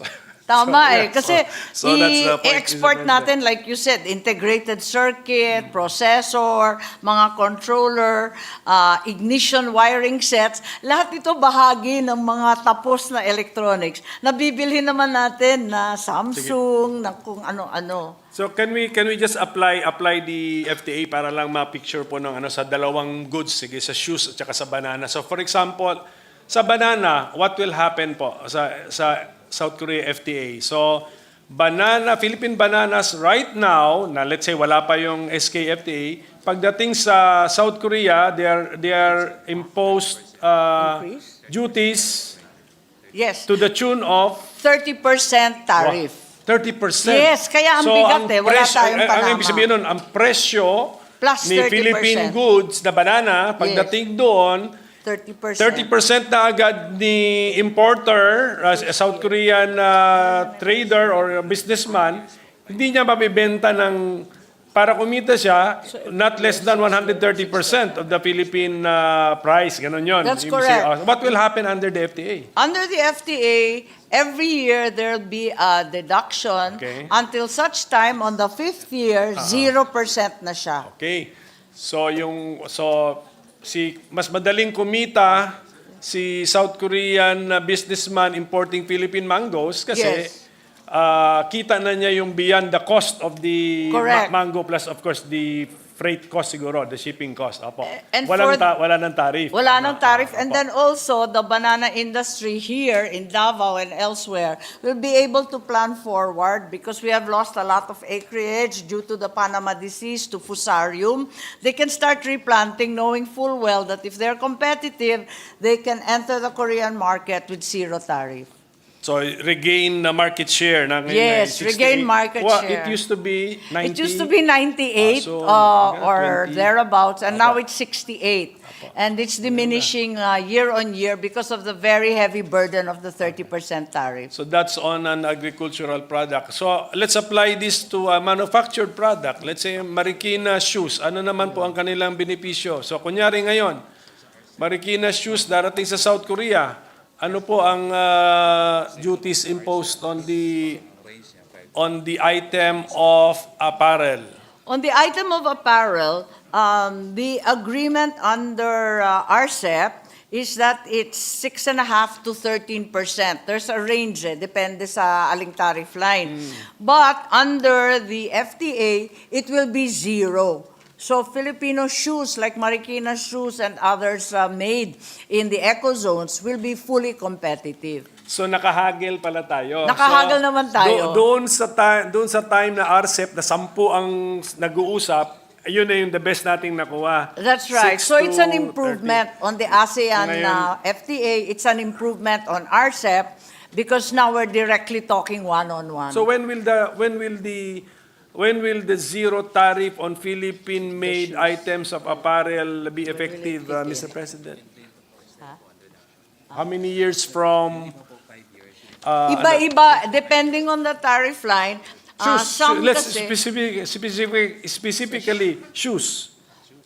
sa shoes, hinahanap po nila. Pero basically, some are sooner, like immediately upon effectivity. Some are later, 3 years, and some are 5 years. But it will eventually, longest na yung 5 years. So kaya nga i-apply natin. So ibig sabihin nun, the best terms sa ngayon under our treaties with South Korea, may multilateral yung iba, 6 to 13%. And then because of this bilateral FTA, Yes. 0. As a matter of Posible. fact, I finally found the shoes line item, and it appears it will be 0 immediately upon effectivity of the treaty. May we know dito parang what's the code for shoes? Meron tayong uniform 5404. 5404. 6404. 6404. Yes, 6404 shoes, whether rubber, plastic, leather, etc. All footwear. Leather, okay. Ngayon, what is So our... maganda yun kasi marami dati tayong treaty na puro leather lang, hindi sakop yung rubber shoes, which is actually the huge market So, today. nagbigay po tayo ng ehemplo ng isang agricultural product, isang Yes. manufacturer. So, may we know how many tariff lines or kinds of items from the Philippine side will be benefited by this FTA? 82 tariff 82. lines on the Sige. Philippine side, and then the Korean side. 850 on the Korean side. 850 tariff lines on the Korean side. Yes. Okay. The 82 tariff lines of the Philippines has an aggregate value, at least last year, of 229 million US dollars. So, out of the 82, again, 15 are agricultural, 67 are the electronics and other industrial parts mentioned earlier. Of the 850 tariff lines of the South Korean products, magkano naman po yung trade nila with us? 246 million US dollars. So ganyan pala ang negotiation, ano? You also try Yeah, to you balance. always- You don't balance it sa number of tariff lines, but you try to balance it sa value of the trade. Siyempre, That's, dapat ang may ganda. trade value para wala naman Yes, masyadong yes. lamangan kahit saging lang ang pampalit natin sa kotse. What's our current trade with South Korea, Mr. President? Yes, Current. our current situation, the Philippine exports 3.53 billion. Against Korea, our imports are about 8.5 billion. More or less, we have a trade deficit with Korea of 5 billion. So hopefully, with the free trade and more aggressive selling of our agricultural goods, we can close the gap even slightly. Halos $5 billion tayo deficit. So kaya if our negotiators on the DTI and the DTI can make some computer projections, ano mangyayari? What will happen to the deficit of 5 billion? If we will have this FTA? Well, first of all, of course, it won't worsen the 68%, the diminishing share Yun in na nga. agricultural products. So, Kasi palaki ng palaki yun, year on year. In 10 years, it's diminished by 30%. So at least yun, maaagapan yun. And hopefully, the hope is that there will be an additional 30%. Mag-regain supposed to be ng market share yung banana, di ba? Regain the 30%. So meaning to say, yeah. our exports Yes. value should go up. Should go up and to then, but- and recover. Even if it's not 90%, at least wag naman na lumaki pa yung puwang. Pero may corresponding assumption din ba that our imports from South Korea will also increase? For sure po. So Kasi the FTA is not expected to touch on the trade deficit. it doesn't say so explicitly. Pero Hindi, generally speaking, ang mga FTAs, do they affect the trade deficits between the contracting parties? I think It really depends on our use of the FTAs. If we look at our experience with FTAs, no, yung Philippine-Japan FTA, as a matter of fact, I can't get updated figures because it's been used very aggressively by both sides. On the other hand, the Philippine-European FTA has been used very slowly and with great pain. Pa-konti-konti, wala pang 20% use. Napaka-konti. Pero ito sa Korean, considering catch-up ito atin na yung halos 100% na saging, will be recovering what was ours in the first place. So we're very hopeful that we get that 30% right back. Sige po. So, if the Philippines-Japan FTA has been widely used, and siguro pwede natin sabihin is a success, may we get the best example or illustration of the success story behind the Japan-Philippines FTA? Yan yung JPEPA, no? That's the JPEPA. Yes, that's the JPEPA. Yes, maybe- Basically, I don't, like I said, I wasn't able to get the updated figures, but we reversed our deficit.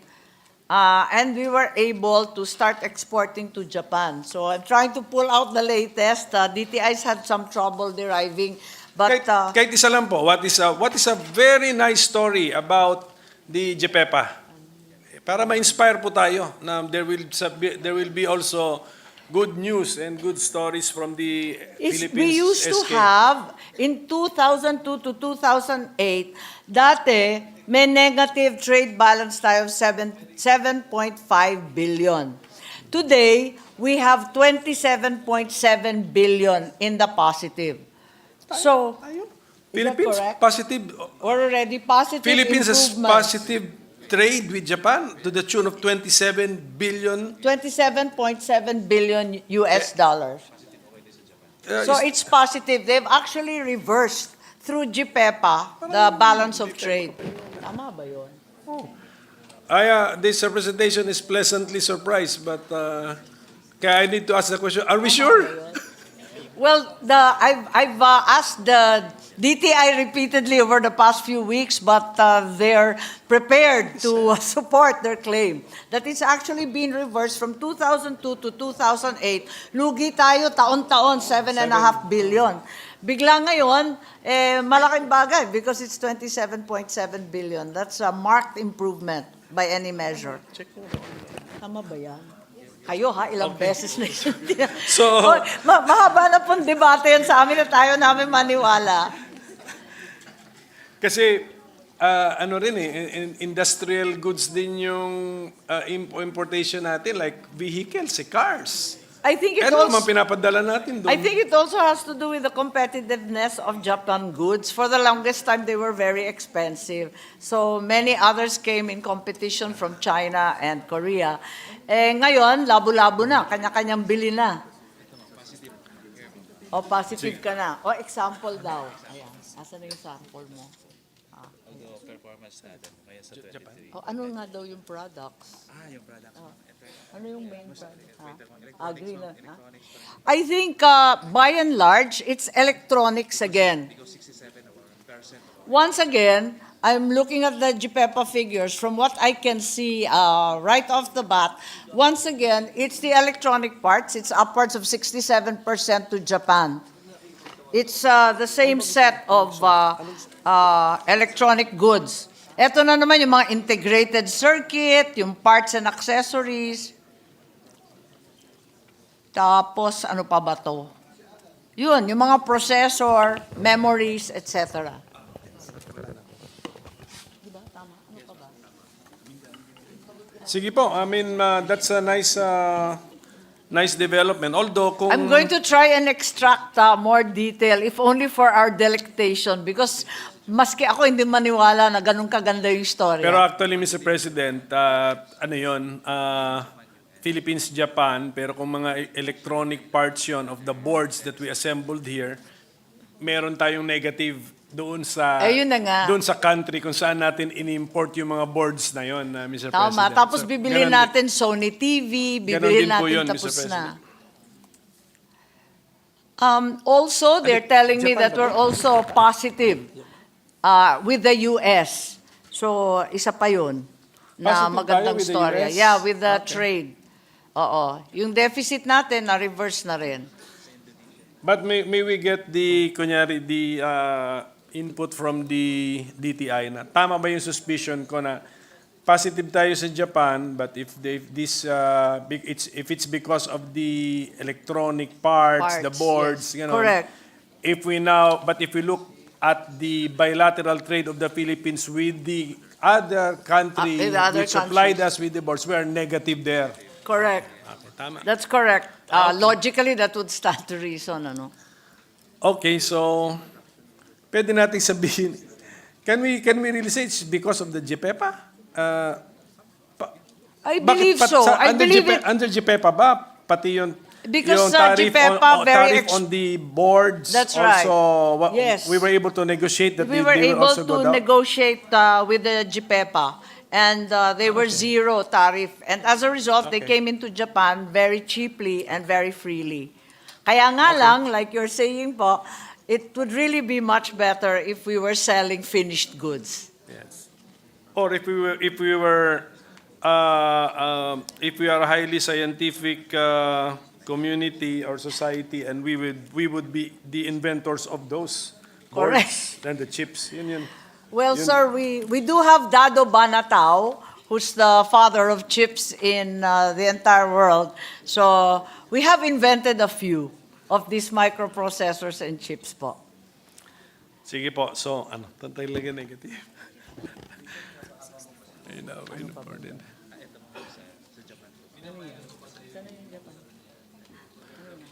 Oh, sige, we just want to make it of record on the part of the minority. My deputy has found information online that at least, ito, I don't know if you dispute, this is June, 1 month Okay. figure to June 2024. Okay. We have negative trade balance with Japan to the Oh. tune of $64 million. Tama ba?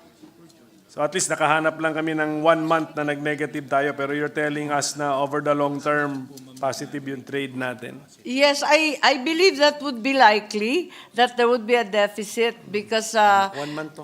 it's only 1 month, and over the year, it will turn positive. That's the hope in any case.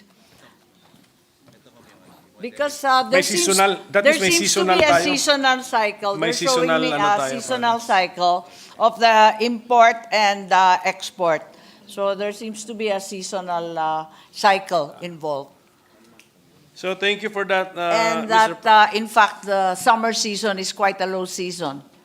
Sige, and then for the information naman of the Filipino consumers, ano naman yung expected na South Korean products arriving in the Philippines which would be beneficiaries of the FTA? Dapat magmura po ang kotse. Kotse talaga, yung I think Because- there should be an improvement in the improvement in automotive prices. Asa na? So there should be an improvement on the prices of Korean goods coming in. Where? The number one gainer for them is frozen mackerel. Okay, right. I think automotive products will come down a little bit, not huge, because that was already dealt with by RCEP and ASEAN trade. But I think there will be better prices for some of the imported goods, such as frozen mackerel, instant coffee, non-dairy creamer. For some reason, we're importing them from Korea. So if they come in at 0%, in theory, we should get it cheaper. So just to contextualize, ano yung current tariff rate niya? So kasi yun yung concession natin, di ba? 5%? 5 siya, 5%. 5 and 7%. Iba-iba, so 5 mga and ganyan, 7. So in consideration of lowering some of our products, banana, Yes. ganun din tayo. Yung 5 to 7% na some of their products is zero natin in from effectivity to 5 years siguro. Ganun po That's yun. correct. Ano? Some immediately upon effectivity and others within 5 years. Yung sa motor vehicles, yung sa RCEP, 30% yun eh. at saka yung sa ASEAN, pero magiging 0. So, malaking bagay po yun. Ganun Tama po, ba? 30%. Or 5. 5%. Tama. I think RCEP originally was 30, naging 5. Because of our, yes, Oo. okay. Naging 5 at magiging Further. 0. Further pa. So, Since it's a big ticket item, yung 5%, malaking bagay po. that's the concession of the Philippines. Yes. Tama? Okay, sige. To enter, for the Korean car companies to enter our market fully and freely. Sige po. So Mr. President, this representation congratulates our sponsor and our negotiators. It is a very technical matter, so we have to trust the word of our negotiators that they were able to get the best concessions from South Korea, and likewise that the other party is also satisfied with their negotiations with us kasi siyempre part of foreign relations ito eh. Good relations between trading partners, especially neighbors, Mr. President. This is a very technical matter, and once negotiated and concluded, our hands are tied that we can only parang approve it in toto or reject it in toto. Ganun din. So we just hope that there will be more success stories based on the FTAs that we have entered into. The RCEP masyado pang maaga to Maaga pa. para Oo, 1 year pa lang po. Well, I hope JPEPA really was contributory to the improvement in our trade balance with Japan, and then hopefully ito rin po sana will also serve that purpose, and of course help our banana industry, and sana our other Philippine top agricultural exporting products, Mr. President. So, Thank you very much.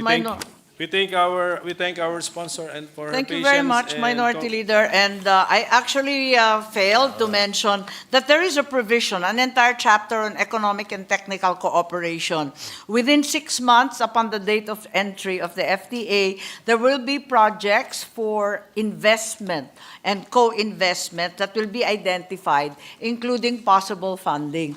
So yung sinasabi po ninyo na mga incomplete or unfinished goods ang ini-export natin, baka yan ang pagkakataon na maging finished goods ang i-re-export.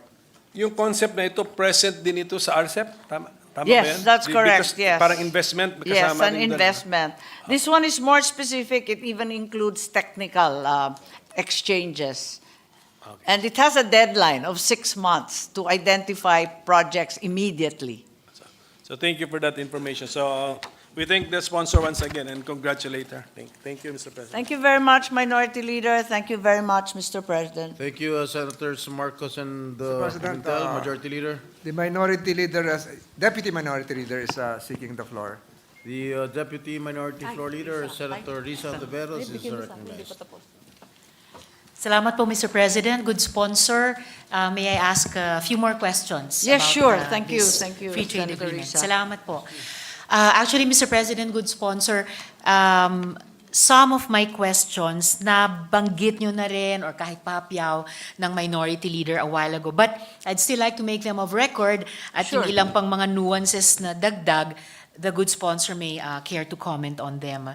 So, una po, is it true that even if the agencies were not able to present cost-benefit analyses, nor even just estimates of revenue impacts of this FTA, we are rushing this South Korea-Philippines FTA, one, because the South Korean president will be making a state visit soon, two, because there are 4 large South Korean firms based in the Philippines, but exporting to countries other than South Korea that might move to other countries if we don't have a ratified FTA. And third, because Indonesia has signed an FTA with South Korea last year, and our negotiators say that this has reduced and will continue to reduce our FTA bargaining leverage, and is therefore somehow forcing our hand so that the situation compels us to sign this FTA as well. Could the good sponsor provide some information on each of these, including on the arcana of bargaining leverage in trade negotiations, Mr. Yes, President? I think we did have a great deal of difficulty trying to project the estimated tariff savings, but we've come to the updated conclusion of about 51.31 million US dollars on the exports. So malaking bagay yun para sa small banana farmers, for example. And most of the tariff savings, which will save quite a bit, and then on the other hand, the Korean products will have also some tariff savings. So malaking menos ito sa pagbili ng ating mga mamamayan ng Korean products. And we have the tariff savings from banana will be 50.54 million US dollars in tariffs, and Korean products, it will be 12.67 million US dollars in tariff savings.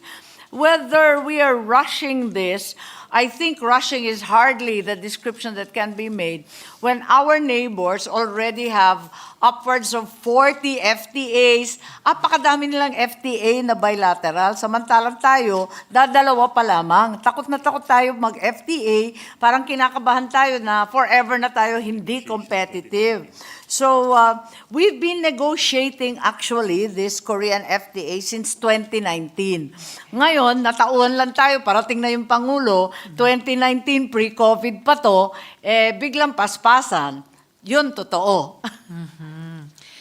Thank you, Mr. President. I appreciate the candor of the good sponsor tungkol doon sa nung una nahirapan talaga kwentahin yung possible revenue impact. But I appreciate na may kahit kaunting pag-update doon sa projections in terms of Philippines to South Korea exports, in terms of savings, particularly on the bananas, in terms of the tariffs. At oo nga, nabanggit ko rin po, Mr. President, na yung mga kapitbahay nga natin, at tulad ng Indonesia na binanggit ko rin po, That's ko right. po sa tanong ay may mga mas maraming FTAs, ang particular may naunang FTAs sa South Korea. And noted na, well noted na, since 2019 pa ninegotiate ito. Yes, I good actually sponsor. observed sa ating DOF at pati sa DTI, napakaliit ng tariff savings sa tingin ko. Pero sabi nila, they're trying to be conservative given the sorry state of our banana industry, that we don't want to overpromise because it'll take 5 years to recover the acreage and also make certain that fusarium or the Panama disease Yes. is finally expunged from our banana fields. Salamat, Mr. President, good sponsor. Tamang-tama, doon ako dadako sa susunod na tanong. Medyo napag-usapan na rin with the minority leader, but the good sponsor might care to comment on a few other details regarding precisely bananas. So banana exports to South Korea appear to be the single biggest concern of Philippine negotiators in this FTA, and job preservation in the industry is Yes. also a concern of labor leaders. Yet, we also know that the rehabilitation of 15,000 hectares of Philippine banana farms affected by that worldwide Panama disease is long, uncertain, and costly. And it threatens the livelihood of the industry's 400,000 workforce pre-Panama disease. So, Mahigit pa, nasa Papa, good sponsor. 675,000 na ang umaasa sa saging.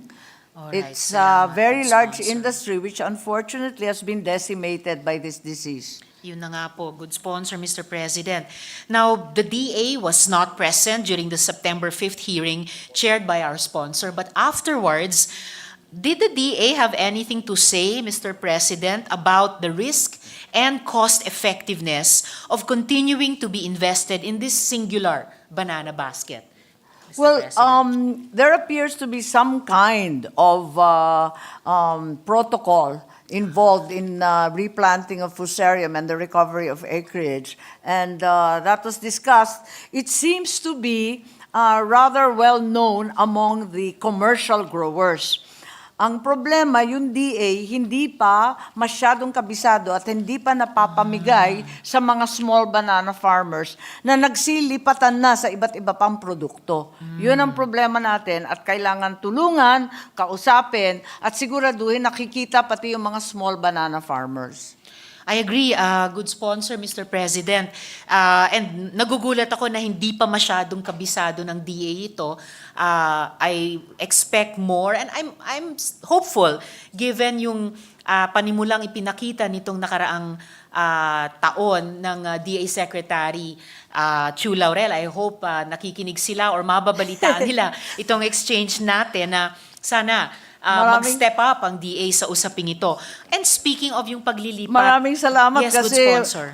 alam niyo, nakahanap ako ng kakampi sa inyo dahil matagal na ako nagre-reklamo yung export na po namin mangga. Matagal nang may sakit yung sisig fly, yung kurikong. Sabi nga namin 25 years na may sakit yan, di pa na solve ninyo. Yung sariling mga mango growers ang siyang naghahanap nung kung paano susugpuin. But our banana industry leaders are very confident that they can recover 75% share of the Korean market in the next few years. That is very good to hear, good sponsor, Mr. President. At sana lampas pa nitong FTA, patuloy nating masuportahan ng Senado, ng buong Kongreso. Mag-co-sponsor itong usapin po ito. kayo. Good Meron sponsor. akong mga bills na ang tawag nga dito sa bills and index, mga fruit salad bills ko po. Isa na doon yung sa revival of the banana industry. Dahil napakaraming bahagi ng Mindanao ay umaasa lamang sa saging. Meron rin pinya, meron rin mangga, kung ano-ano, pati yung coconut, pinasukan ko na dahil nga ang dami pong umaasa sa mga commercial planting at pati yung marginal farmers. Sige po, good sponsor, Mr. President. Pag-aaralan po namin ng Legisco yung mga bills na iyon at lalo na para sa mga maliliit na nagtatanim. Kulang na yung kulang binanggit ng po good tayo sponsor. sa export lines. Ang produkto natin, iilan lang. Mangga, saging, mabibilang sa dalawang kamay. Samantalang Thailand, halimbawa, 40, 50 ang ine-export. Totoo po, good sponsor, Mr. President. And speaking of yung mga nagtatanim natin ng saging na nagsisilipat sa ibang mga tanim at yung kaugnay ng ilang mga nabanggit na nga ng good sponsor, in fact, might not diversification from bananas and using the farms lost to the Panama disease for coffee, cacao, yung pineapple na binanggit ng good sponsor, maybe even durian, be also a prudent option? Yes, I think that is what's occurring. Forced to good sila, wala talagang magawa. And certainly, other export opportunities are welcome. Apo. But at this point in time, sa China pa lamang at Japan, kulang-kulang na yung ating export. Ganon din ito, pag pumasok yung Korea na maging zero tax, talagang production ang magiging issue. Good sponsor. And speaking of China, Japan, at South Korea, syempre, I understand that the demand is also rising there in Yes. those countries. And one supposes, siguro ito thinking forward na sa ibang Yes. mga FTA na i-consider Oo. natin, one supposes that the shape of the negotiations could have been significantly altered if we found out that there are bright and cost-effective export prospects into Korea that the DA, again, the DA can support in addition to the banana industry. Good Yes, sponsor, Mr. President. that is correct. It's actually the private sector that's more aggressive with regard to other vegetables, for example. In my case, I have experience because the single vegetable, I believe, aside from okra and the rest, the single vegetable that the Philippines exports to scale comes from my province. It's shallots, yung sibuyas Tagalog po. And these are the very popular spices that could be expanded and exported. Yung iba't ibang klaseng sili, yung labuyo, yung moro, yung sinigang na sili, lahat yun mabibenta sa Korea. But as you mentioned, it's really the private sector and the businessmen that have been far more active in this regard in developing markets. Sana nga, nagde-develop rin ang DTI at DA ng export market na mas masigasig. And I join the good sponsor, Mr. President, dun sa kanilang hamon at encouragement, support sa DA, sa DTI at iba pa sa usaping ito na for government to step up equal to, in fact, dapat beyond the private sector, lalo na sa pakikipag-partner sa ating mga rural sectors, magsasaka, mangingisda, kababaihang nayon, katutubong Filipino, in benefiting from FTAs in ways na hindi pa talaga nila nagawa significantly in the past. Dako naman po ako, good sponsor, Mr. President, dun sa isa pang issue na na-touch on na rin with the minority leader. Dagdagan ko lang ng ilan pang tanong. Because the matter of vehicle and vehicle parts exports into the Philippines is the main interest naman of Korea in this FTA, could it have been possible, again, parang thinking aloud, thinking forward sa mga susunod na FTAs na titignan natin, could it have been possible that maybe additional kinds of concessions, such as longer parts and services warranties for Korea-made electric public utility vehicles, could have been made part of the FTA? Would that have been feasible? We know, for example, good sponsor, that there are fiscal incentives here and there for the manufacture of precursor materials and components for batteries for the energy transition and for the transportation transition. Good sponsor, Mr. President. Yes, I think the DTI is very clear-cut that its sole purpose is to establish standards and technical descriptions and absolute safeguards. Yung warranty at yung iba pang kondisyon, palagay ko, company to company na yan. Mga negosyante na ang mag-discuss niyan. Kasi kanya-kanyang gusto niyan eh. Yung iba, napakamahal ng international warranty na mahaba. Yung iba, doon na lang sa presyo sila na mas mura. Kaya't hinahayaan na daw ng DTI on a case-to-case basis sa mga negosyante. Pero yung standards, yung technical specs, they have to be established government to government. I understand, good sponsor, pero napaka-interesante yung sinabi ninyo na in the matter of the concessions, the warranties, hinahayaan na lang nung dalawang gobyernong nagne-negotiate sa private sectors nila. And I wonder if moving forward sa mga susunod pang FTAs na i-consider natin, pwedeng tignan kung Yes. pwedeng, dahil free trade agreement din naman ito, na huwag hayaang completely free din yung Tama. mga kumpanya, pero may magwe-weigh in din yung dalawang gobyerno, lalo na yung gobyerno ng hindi pa kasing lakas na ekonomiya, to really push for affirmative action na dahil FTA nga to, mutually beneficial din naman at pati sa isang bansa. Tama. I Good sponsor. think sinasabi natin na yung private sector at yung mga negosyante ang mag-uusap-usap. Pero sa kabila nun, hindi pa rin natin ipinabibigay sa kanila at hahayaan yung mga interest ng ating consumer. Consumer protection needs to be paramount, and even if we leave them to work out the details of their trade or their business, at the end of the day, it's the duty of government to still uphold consumer protection. So may basic standards naman. Yun nga lang, yung mga detalye, siguro kinakailangan sila na ang mag-work out. Pero syempre, hindi naman po pwede na magpapadala sila ng mga electronics na sumasabog o natutunaw, hindi rin tayo papayag nun. I agree, good sponsor, and mabuti nandoon na tayo, kung our country, our government is already there, pero dahil nandun na, at least kung nakikinig din naman sila sa ating pag-uusap dito sa floor, pwede nilang i-consider sa mga susunod na FTAs to step in where right now, private sector lamang ang nag-negotiate in a way at nagdedesisyon. Good Kaya sponsor. maigi po yung FTA nagiging maliwanag kung alin yung tariff lines na pasok. So, kailangan i-discuss yan one by one, pakikinggan ngayon ng gobyerno. Nalungkot lang ako sa nabanggit ninyo na mas developed yung South Korea. Nag-umpisa po tayo sabay-sabay matapos ang Una pa tayo noon, good sponsor. Second World War. Naaalala ko po, dahil yung tatay ko, hangang-hanga sa isang Korean basketball player. Sinauna pa yun. Baka may matatanda rito nakakaalala kay Shindompa. At naaalala ko, nanonood kami ng basketball, tuwan-tuwa kami minsan, may dumating na mga Koreano, sabi ng tatay ko, saan maglalaro si Shindompa sa inyo? Manonood kami. And they told us that in fact there was no stadium at all in Korea. And my father was dumbfounded, and he actually said, in Seoul, there is no place to play a good game of basketball. How will Filipinos come and watch our hero?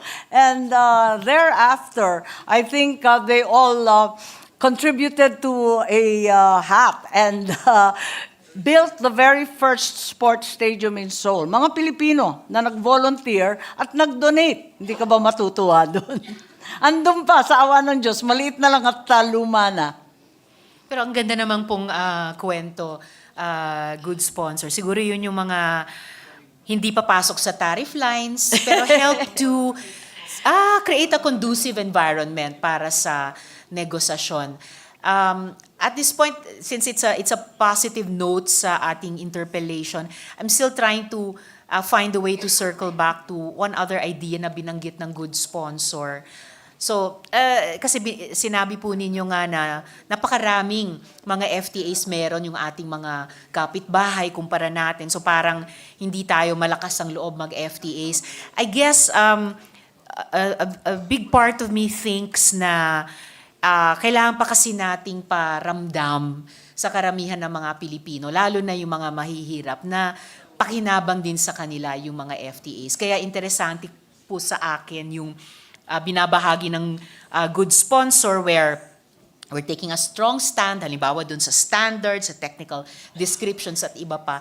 And always, I think, siguro habang mas gumaganda, of course, yung FTAs, and lalo na mas nararamdaman, nararanasan on the ground ng mga kababayan natin, yung pakinabang sa kanila. Then maybe we will also, that positive atmosphere will extend beyond the negotiating rooms at mas makaka-generate tayo ng popular support sa ating mga kababayan. So it's not exactly related to what we were just talking about, good sponsor, pero ayokong matapos itong interpelasyon na hindi ko mabanggit iyon sa inyo, Mr. President. Thank you. Good sponsor. And this is still on this third topic ng vehicles and vehicle parts. Some more thinking aloud moving forward. I also want to understand kasi po, Mr. President, good sponsor, if FTA negotiations on top of fiscal incentives can also be a means for requiring longer after-sales warranties on parts or technology transfer for the maintenance of e-vehicles. Kaya rin po ito interesante sa akin, good sponsor, kasi NEDA has been talking about the so-called servicification of manufacturing, which must include more responsive after-sales service and warranties. So, again, thinking aloud and thinking forward, can servicification also find expression in our free trade agreements, even if not necessarily in this one yet, good sponsor? That's correct. Mr. Even if it's not President. explicit, certainly consumers in the Philippines have been plagued with problems of parts and service with Korean and other companies. Naging problema ko rin yan kasi bumili rin tayo lahat ng Koreano, pagkatapos wala namang mahanap na parts. Samantalang yung well-established na mga kumpanya, kahit sa sari-sari store, papunta po sa Ilocos, siyam na lalawigan ang dinadaanan ko. Talagang titirik at titirik, abay kulang na kulang. Pero dito sa ating FTA sa Korea, may mga good news eh. May naisingit yung negotiating panel natin. Unang-una, yung EV. Meron tayong Article 3 tungkol sa e-vehicle industry where both parties agree to cooperate on the basis of mutual benefit in the area of electric vehicles. So maganda po yun kasi collaborative at tutulang sila sa atin. At the same time, the DTI, because of this FTA, like you said, opening the door to many other possibilities, there is also the Green Earth, Green Minerals Initiative. Kasi katulad ng Japan, naghahanap rin ng rare earth para sa batteries and mineral processing ang Korea.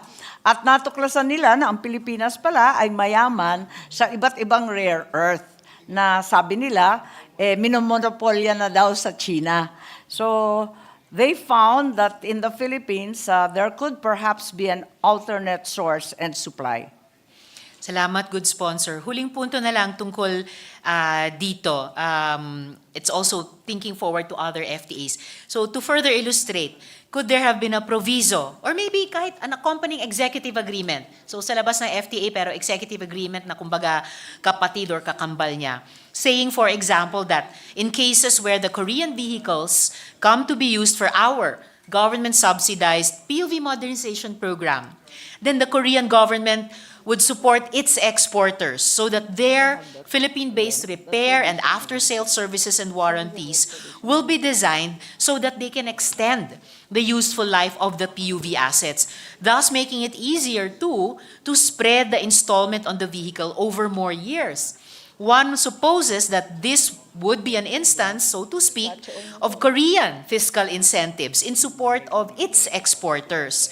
So lastly about this thinking aloud and thinking forward, good sponsor, Mr. President, could fiscal incentives and FTAs, which are anyway both existing policy instruments, could they come to be blended or coordinated in the manner I've described, good sponsor? Yes, Mr. President? I think there is an underlying assumption in the entire FTA that there will be a collaborative effort and there will be a transfer of technology, that there will be a view to promoting trade and investment, and that a competitive e-vehicle industry, for example, will become the platform for cooperation. So, ibig sabihin, itong hawak natin na FTA, umpisa pa lamang to.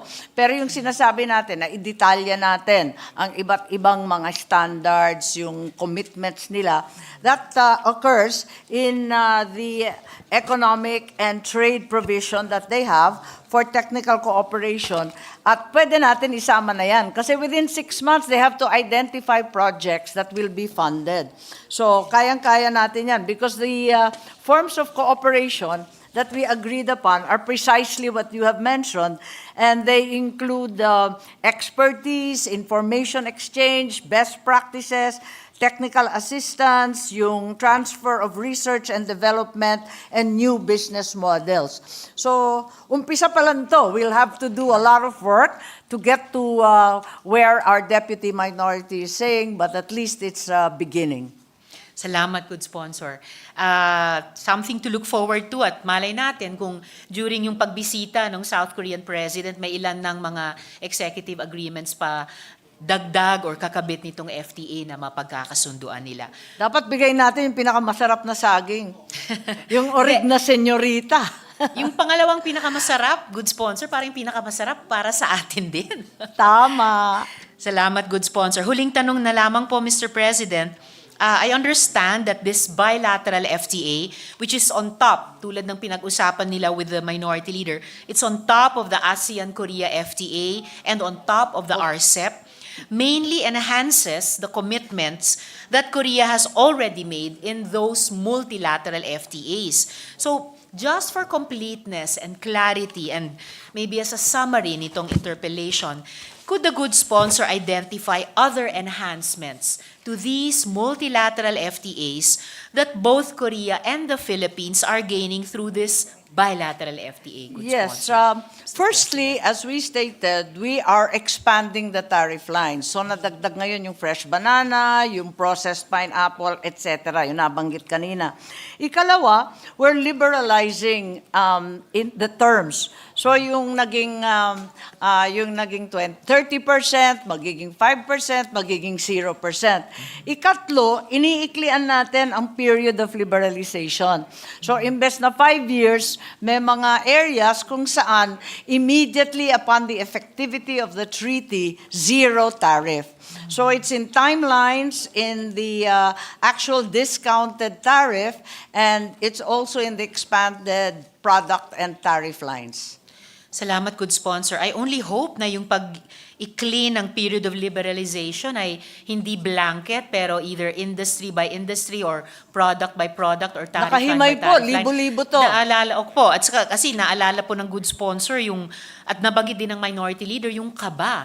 And it seems well-founded, yung kaba, lalo na ng mga rural producers natin tungkol sa RCEP noon. Yes, that's right. Aminin ko, ako ay isa sa mga kinatawan dito ng agricultural area, ng mga bukid. At problema parati natin, takot na takot tayo kasi we're not competitive. The challenge, therefore, is to render our countryside and our agriculture competitive. And thereafter, we'll have no fear of opening our gates to any kind of export. Until then, takot na takot talaga. Pero I think unti-unti, with countries such as Korea, where there is a complementarity instead of a duplication of products, there is no such fear. I agree, good sponsor. At pero siguro may dinaanan kasi silang proseso and may pagbabalanse sa kumbaga tough love sa sarili nila na okay, mag-level up tayo, mag-capacitate tayo at mayroong ding balanse ng pagsusuporta o pagpoprotekta over time. And I feel pwede kong ibahagi to sa good sponsor dahil tayong dalawa ay ilan sa mga raise noon ng mga seryosong issue kaugnay ng RCEP. And I hope, also talking about moving forward, preparing for future FTAs na cumulatively may mga lessons learned tayo at pag-intindi sa concerns ng mga stakeholders at yung effort na makapag-buy-in sila dun sa proseso and eventually dun sa resulta dahil talagang sa pamamagitan natin sa legislature napapaparinig natin ang mga concerns nila sa executive. So yun lamang po para ngayong araw. Maraming salamat po, good sponsor, at salamat din po, Mr. President. Thank you, Senator Tiveros. Senator Thank you very much, Deputy Minority Leader. Thank you. And to our President, thank you. Majority Leader.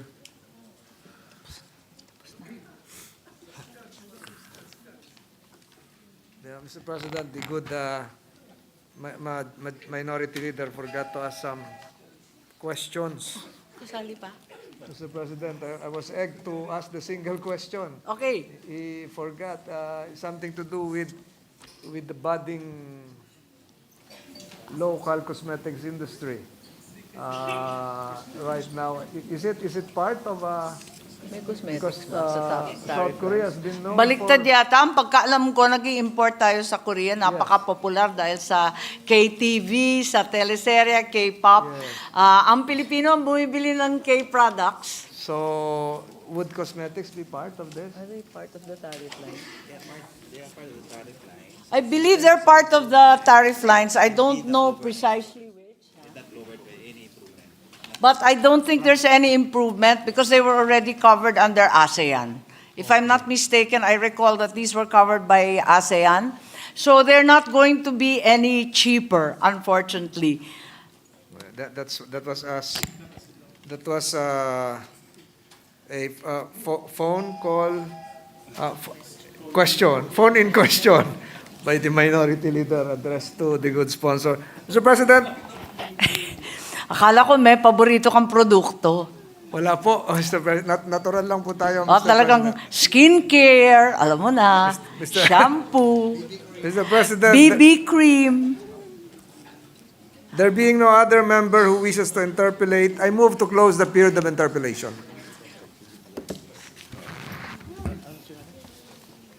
Any objection? There being none, motion is approved.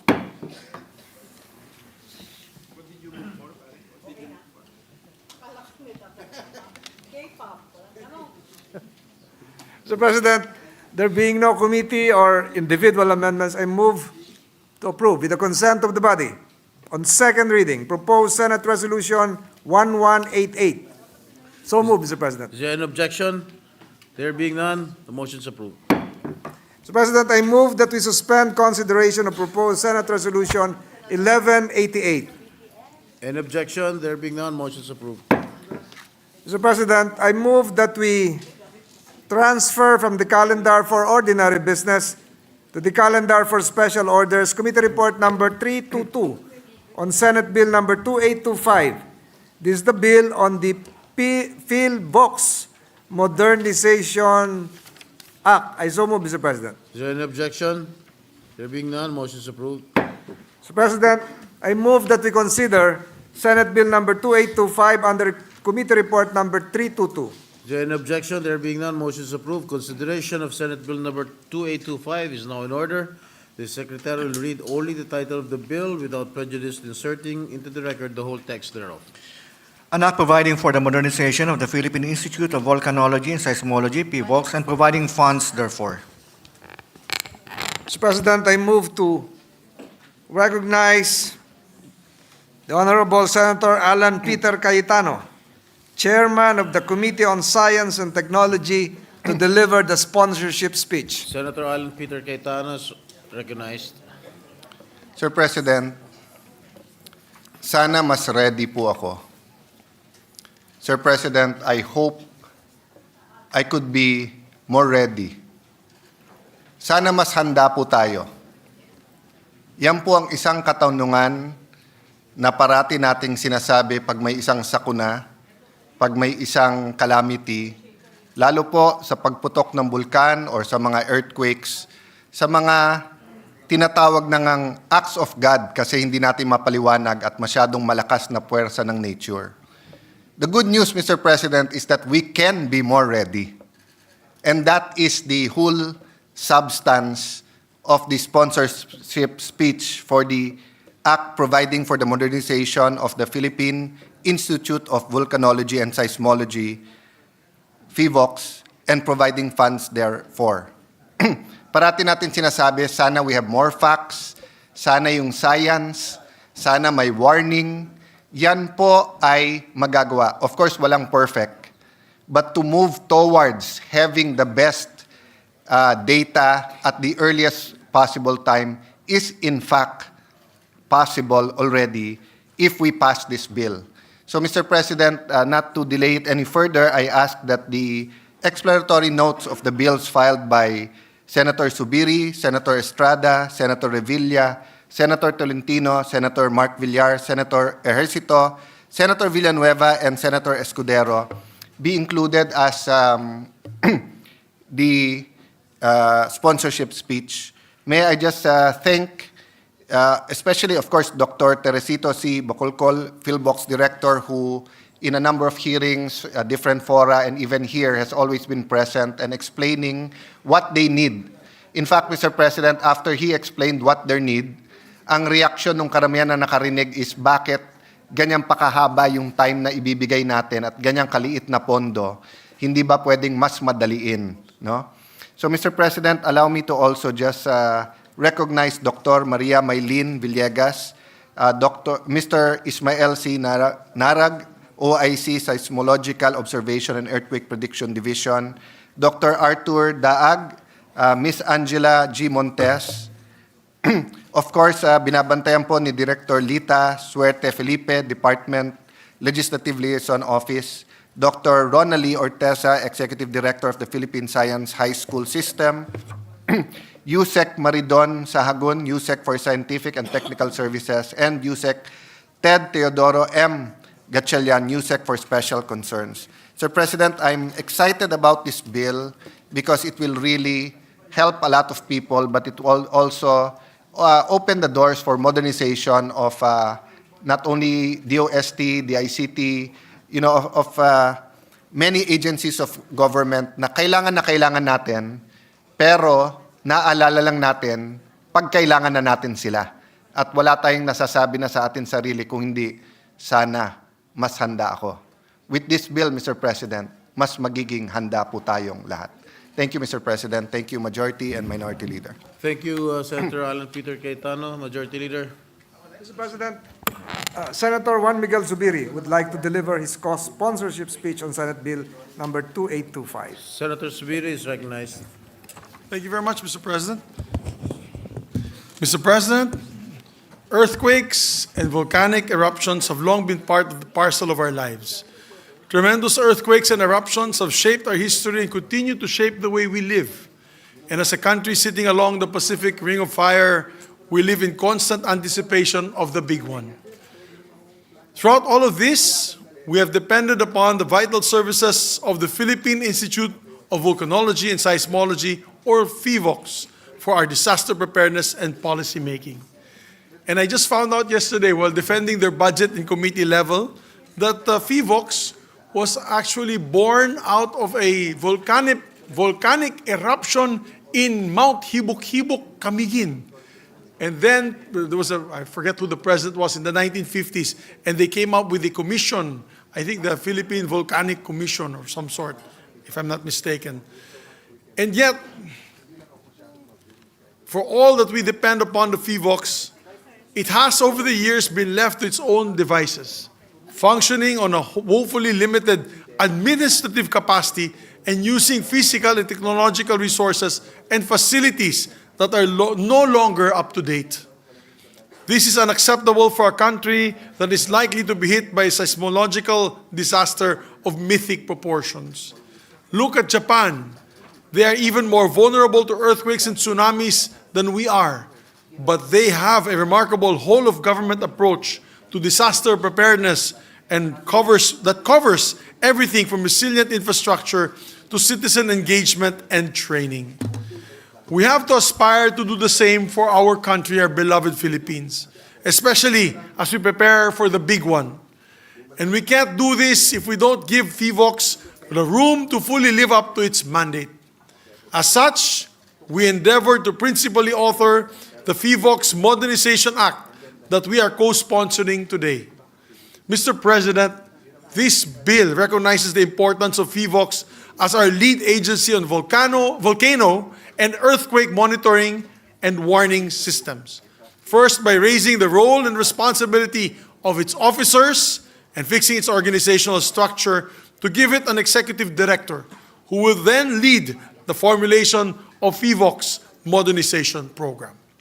Under this program, we will empower FIVOX to acquire or upgrade its instruments, equipment, facilities, and systems to make sure that they're using state-of-the-art technologies that will best allow them to monitor and disseminate timely public warnings on volcanic and seismic activities across the country. This modernized FIVOX will also be tasked to work closely with other government agencies and the private sector for a truly whole-of-government and whole-of-society approach to disaster preparedness. They will team up with the DepEd and CHED to incorporate hazard education into our school curriculum. They will as well team up with LGUs to ensure that all infrastructure plans take our geohazard maps into account. They will team up with telcos to ensure the real-time transmission of information between FIVOX and its equipment. And Mr. President, napakalaga na mapalakas natin ang FIVOX. Sila po ang inaasahan natin sa panahon ng sakuna at buhay ng mga kababayan natin na nakataya kung hindi natin matutulungan ng FIVOX na tuparin ang mandato nito. So, Mr. President, we fervently hope that we get the support of our colleagues in passing this timely measure. Maraming salamat po at mabuhay po tayong lahat. Thank you, Senator Mig Subiri. Majority Leader. Mr. President, Senator Bongo wishes to insert into the records his co-sponsorship speech. Noted. Senator Revilla, Senator Villanueva would also like to insert into the records their co-sponsorship speeches on Senate Bill number 2825. The sponsorship bills of speeches of the aforementioned senators are hereby inserted into the records. Mr. President, I seek recognition to likewise deliver a co-sponsorship speech. Please Mr. proceed. President. Mr. President, I have a short video background presentation which is very silent on this. I'm really very supportive of this measure authored by Senator Cayetano because we really need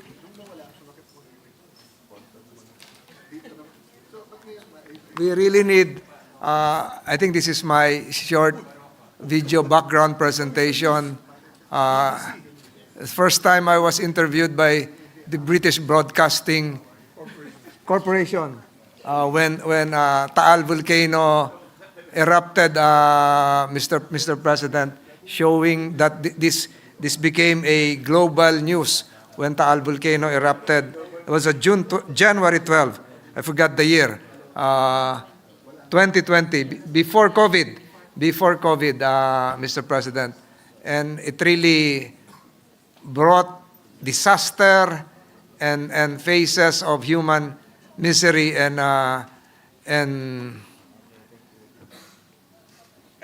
the show of compassion on the part of our kababayans, Mr. President. And my experience, Mr. President, is not just limited to Taal volcano. Even the Mayon volcano eruption is an event that I could not forget because I was there, Mr. President, when it erupted. I was in Kamalig, Albay. I was in Ginubatan, Albay. I was in Legazpi City, Mr. President.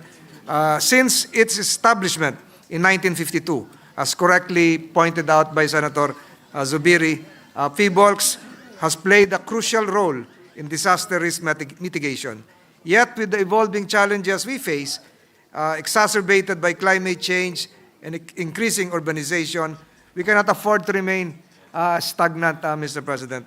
We must enhance the capabilities of PHIVOLCS to equip them with the tools necessary for the effective monitoring and accurate prediction of geological and seismic hazards. I can still remember, Mr. President, when the late Director Punong Bayan used to visit me when I was still Mayor of Tagaytay.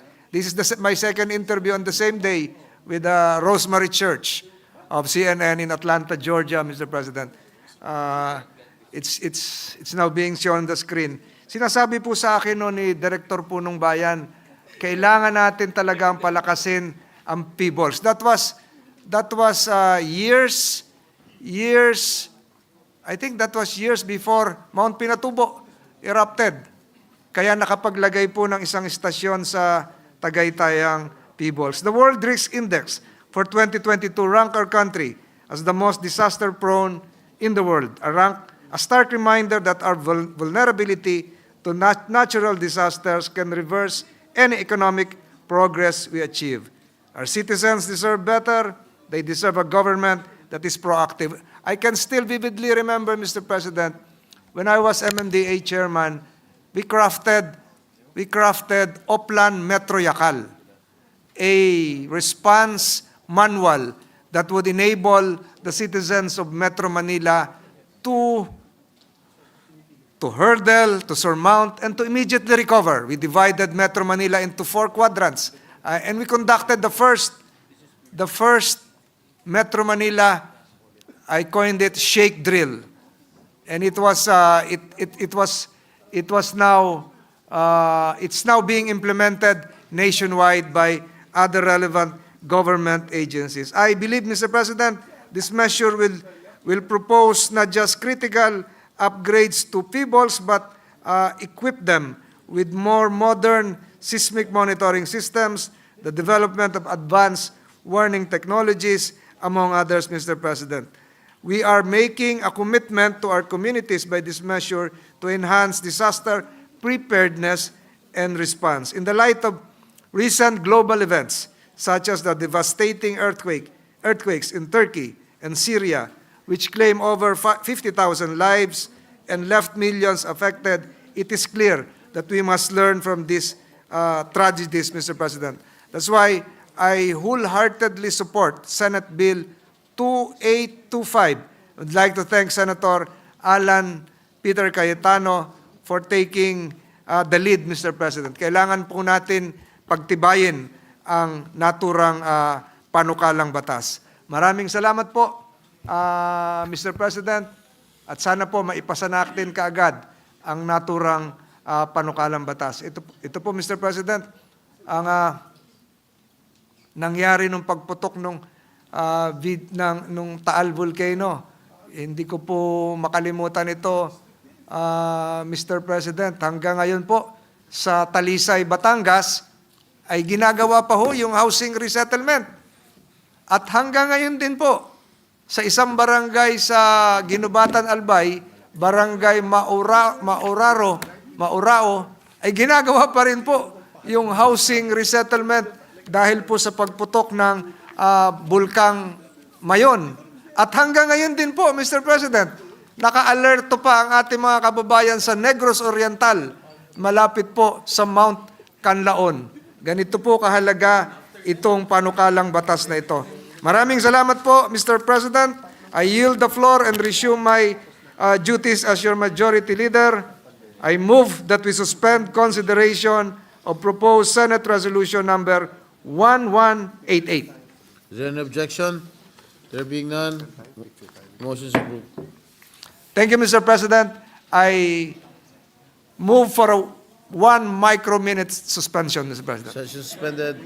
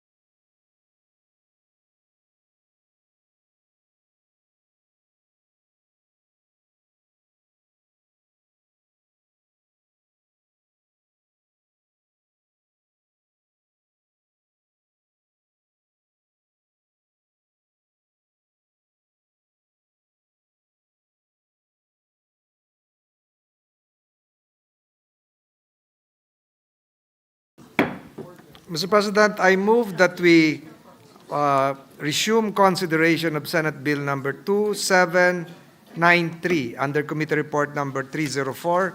This is the bill on the Philippine Natural Gas Industry Development Act. I so move, Mr. President. Is there an objection? There being none, assumption of consideration of the said bill under the aforementioned committee report is now in order. Mr. President, I move to resume the period of interpellation and recognize Senator Alan Peter Cayetano, and to interpellate would be Senator Sherwin Gatchalian. Hearing no objection, resumption of the period of interpellations is now in order. Senator Alan Peter Cayetano and Senator Gatchalian are recognized. Updated ba ito? Thank you, Mr. President. Mr. President, with the permission of the Majority Leader, the Minority, and Senator Gatchalian, just a few minutes introduction. Of course, I'd like to thank the Senate President, the Minority Leader, Senator Gatchalian, for really digging deep into this bill and the intended and maybe unintended consequences of passing this law. Kung mahirap at malalim humukay ng well para sa natural gas, ganong kalalim maghukay si Senator Gatchalian. So it's enhancing this bill and the discussion. Personally, I just like to put on record na both as a citizen of this country and as a citizen of the Kingdom of God, Yung pending items. our God and Creator believes in stewardship.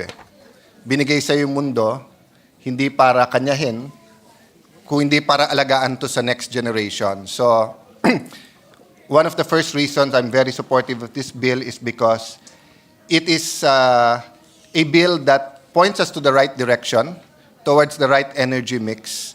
Hindi siya perfect in the sense na kung pwede lang talaga maging base load ang solar at saka wind. I think hindi natin pinag-uusapan tong bill na to ngayon at we have another bill right in front of us na very, very clear na yung energy policy ay sa renewables na, no? And protecting our environment. Having said that, because it's not a perfect world and technologies are still being discovered, I do believe that this is this bill points us in the right direction towards the transition. No? 3 points lang to, Senator Win. Second point is, our God is a God of order. So ang security, personal, community, national security is very important. At nakita natin tuwing magkakagera, hindi lang sa Middle East, sa Europe, katulad ng conflict between Russia and Ukraine. But nakita din natin nung COVID-19 na napaka-vulnerable natin, hindi lang sa supply chain, sa mga produkto, pero pati sa energy. Dahil nga yung oil, coal, and even natural gas, ini-import natin eh. Ang talagang hindi lang natin ini-import is yung wind and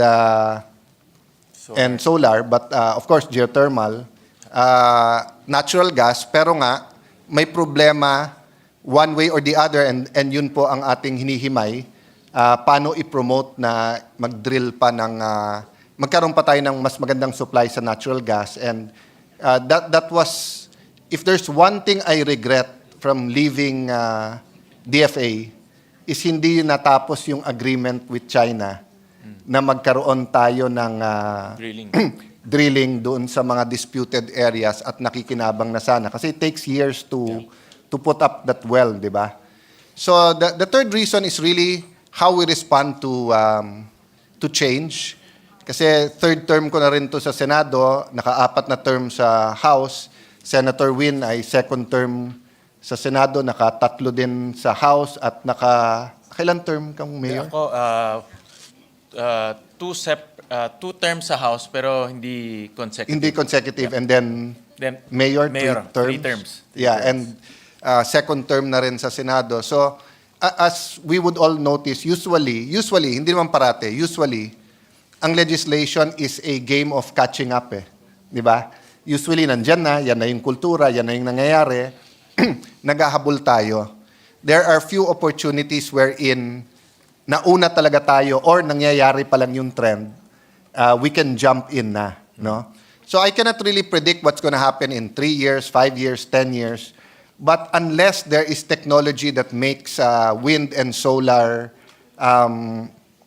capable of, yung sa ating baseload, capable of powering the whole country 24/7, and unless yung national grid natin maayos yung capability, I would assume that putting up a power plant will take the usual 3 to 5 years, and putting up a new well for natural gas will take anywhere between 3 to 7 years.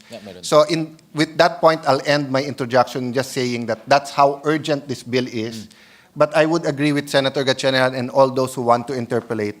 Yeah, let's make it the best bill possible. Para nga, hindi lang tayo sa hindi magkamali, but then yung direksyon na ating pinopoint yung ating bansa ay maging direksyon na mas mabilis tayong magkaroon ng security sa larangan ng energy. So again, Mr. President, allow me to defend this bill because Senator Pia is not available just today, but Senator Gatchalian and her have been really working on it hard. That's why we needed several breaks para nga to go back to both the government and private sector to get some data, and hopefully we'll be able to sort this out. Thank you, Mr. President. Thank you, Senator Alan, the co-sponsor of this bill. And as a response, in my opening statement, I mentioned that I do agree that to achieve the target of the DOE of 30% RE by 2030, 50% by 2040, you need a fuel that can balance the intermittency of renewable energy. Tamang-tama ho si Senator Alan na ang araw at ang hangin hindi po 24/7 at kailangan talaga natin ng pangbalanse sa kanya. Pero ang baterya naman mahal pa ngayon, no? So the only option that we will have that is cleaner is natural gas, no? Unfortunately, our natural gas also has limitations. Finite kasi yung resource natin. At actually, yung depletion was, we were expecting na maubos siya by 2024. But with the new developments right now, and I heard during the debates with Senator Coco, na pwede pa ma-extend to, and correct me if I'm wrong, pwede pa ma-extend siya until 2028, no? Which is a good development, no? If my information is correct, because at least by that time we will still have indigenous gas in our shores, but at the same time, we also need to be ready that in case that indigenous gas will not be present and exploration will not happen in the next few years, we have to be ready for the next best alternative, and that's LNG. And that's where all of these terminals, regasification plants will come in. Tama ho si Senator Alan. In fact, ay alam ko na naghahanap siya ng solution para magkaroon tayo ng drilling activity in the West Philippine Sea. And I think he was toying with the idea of a commercial solution at that time. We were almost there, Mr. Oo nga, maganda. I think that was a President. workable solution. Unfortunately, hindi natuloy yun, but I think it's a workable solution. And at least that magkakaroon tayo ng other option, kung makakahanap, no? Other options of indigenous gas in that area.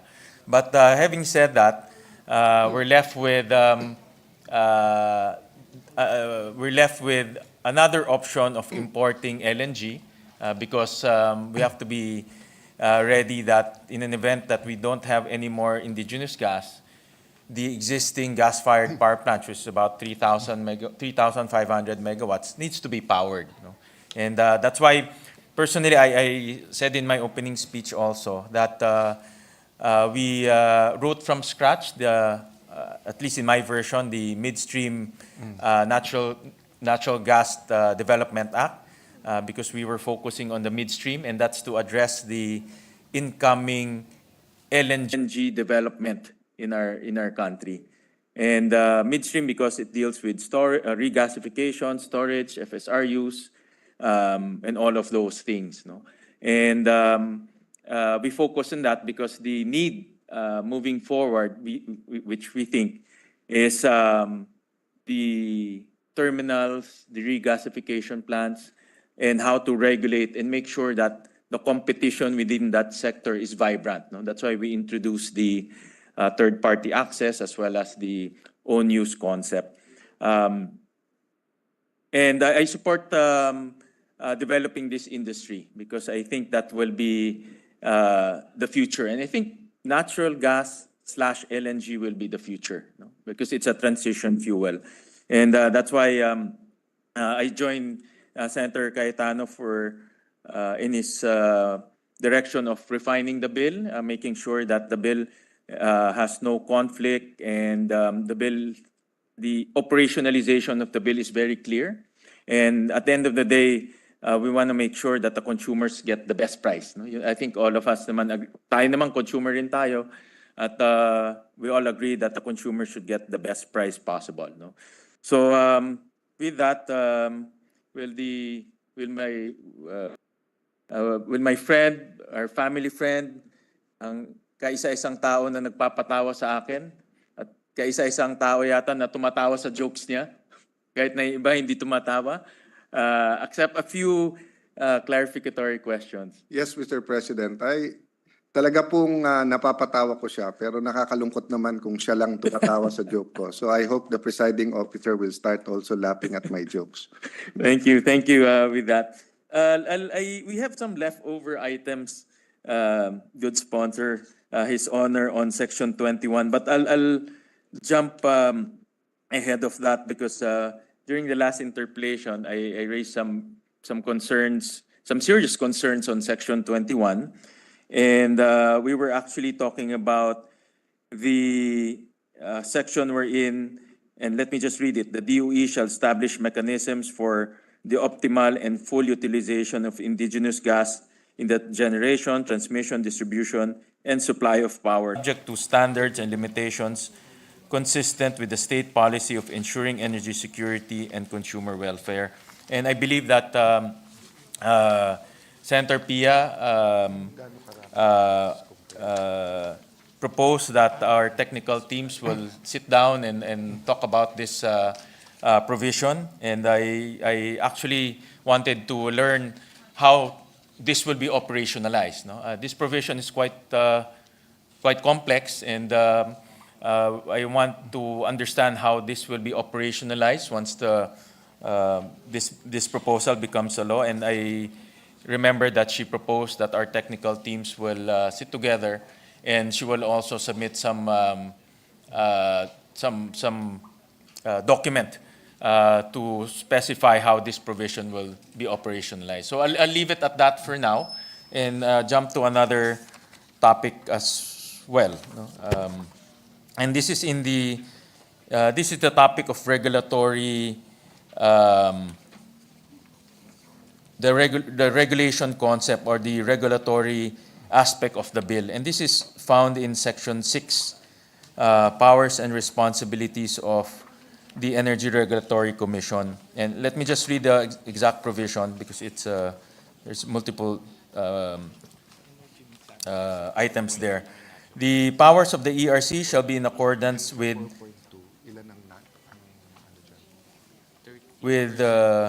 Chapter 4 of IPIRA and Section 11 of RA number 11646, otherwise known as the Microgrid Systems Act, and such other powers as may be delegated to it by the DOE pursuant to this act.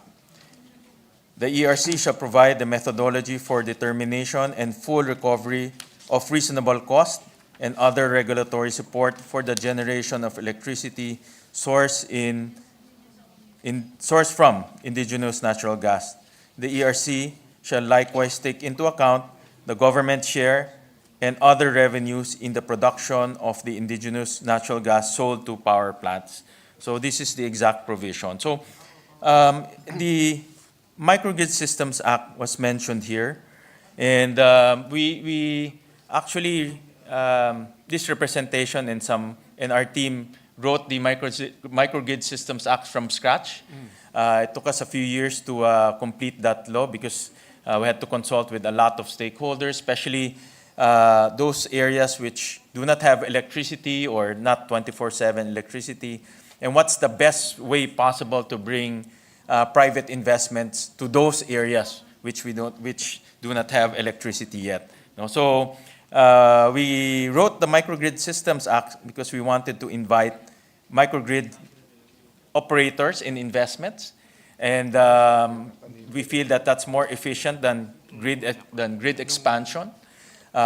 So we're quite familiar with the mechanisms in this law. So I just want to ask the good sponsor, the good co-sponsor, what exactly in the Microgrid Systems Act that this bill aims to utilize insofar as regulation is concerned? Because we were looking at the bill itself, no, the Microgrid System Act, and largely, actually everything, talks about the regulation of microgrid because it's a very specialized technology, and in a larger sense, it's also geared and designed towards remote areas and areas that are not electrified. So the regulation that we crafted here is very specific to the regulation of microgrid developers. So what exactly, because we're talking about natural gas here, and then on the other side, we're talking about microgrid. So we want to know, we want to understand what exactly in this Microgrid Systems Act that ERC aims to tap into. Yeah. Well, Mr. President, if the, I was going to say good sponsor because basically yung energy laws natin, siya talaga sumulat. At dun sa mga, ngayon lang nanonood nakikinig, si Senator Win kasi was the chairperson of both the Committee on Education and the Joint Congressional Oversight Committee on Energy. No? My understanding, when I read the committee report, Mr. President, is that kung makikita mo yung heart ng bill, nakasentro kung paano ayusin lahat para talagang may incentive to explore, get more natural gas, market it. Kaya nakasentro to dun sa aggregation that you've been discussing with Senator Pia. Also yung prioritization nito, etc. So all the other parts of the bill nakikita ko, talagang sinerch ng mga iba't ibang author at committee report how to have a regulatory framework na hindi talaga tayo malulusutan. No? Meaning from anti-competition para hindi magkaroon ng klase ng monopoly na hindi natin gusto, from price manipulation, protecting the, So my understanding, I'm talking to both Senator Pia's staff and also to, we'll get an answer from the DOE which I'll send to you. But my understanding is that precisely nagustuhan yung pagkasulat ninyo doon sa sections na yun ng regulatory powers ng ERC. But we would be open to rewording that to exactly anong gusto namin doon sa section na yun. Yeah. So kung tingin mo hindi at par, so ang nakikita ko doon, they were not referring to the section in the sense na referring to microgrid, but the kinds of power, regulatory power na binigay nyo in that bill or binigay ng Congress but sinulat nyo for that. No? Mm-hmm. So I think we would be open sa period of amendments if we want to take out the reference to that but then rewrite it precisely that kind of regulatory framework and power sa ERC. Okay. And I think we want to keep that the DOE is policy, yung ERC will be the quasi-judicial or regulatory body. Di ba?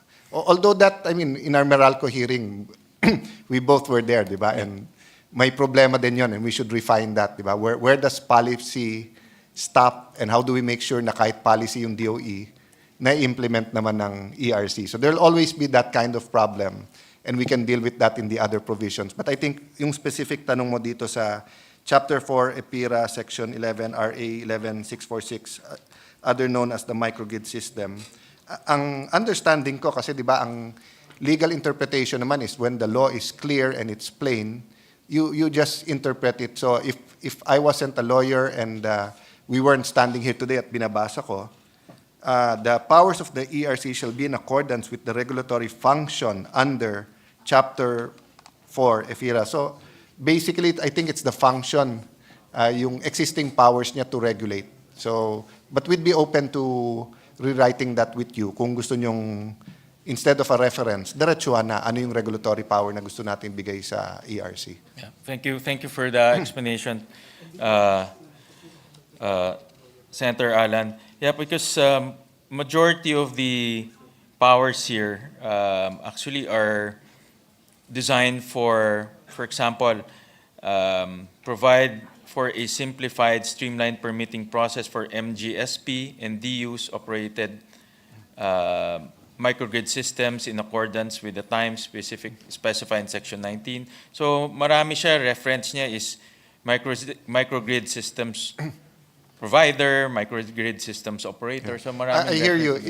If yung function lang ang gusto natin, pero reference to that law might create confusion or, or simple people reading it will just have the simple conclusion ng anong kilalaman nito sa microgrid, di ba? Baka mas maka-confuse kaso sa makalinaw.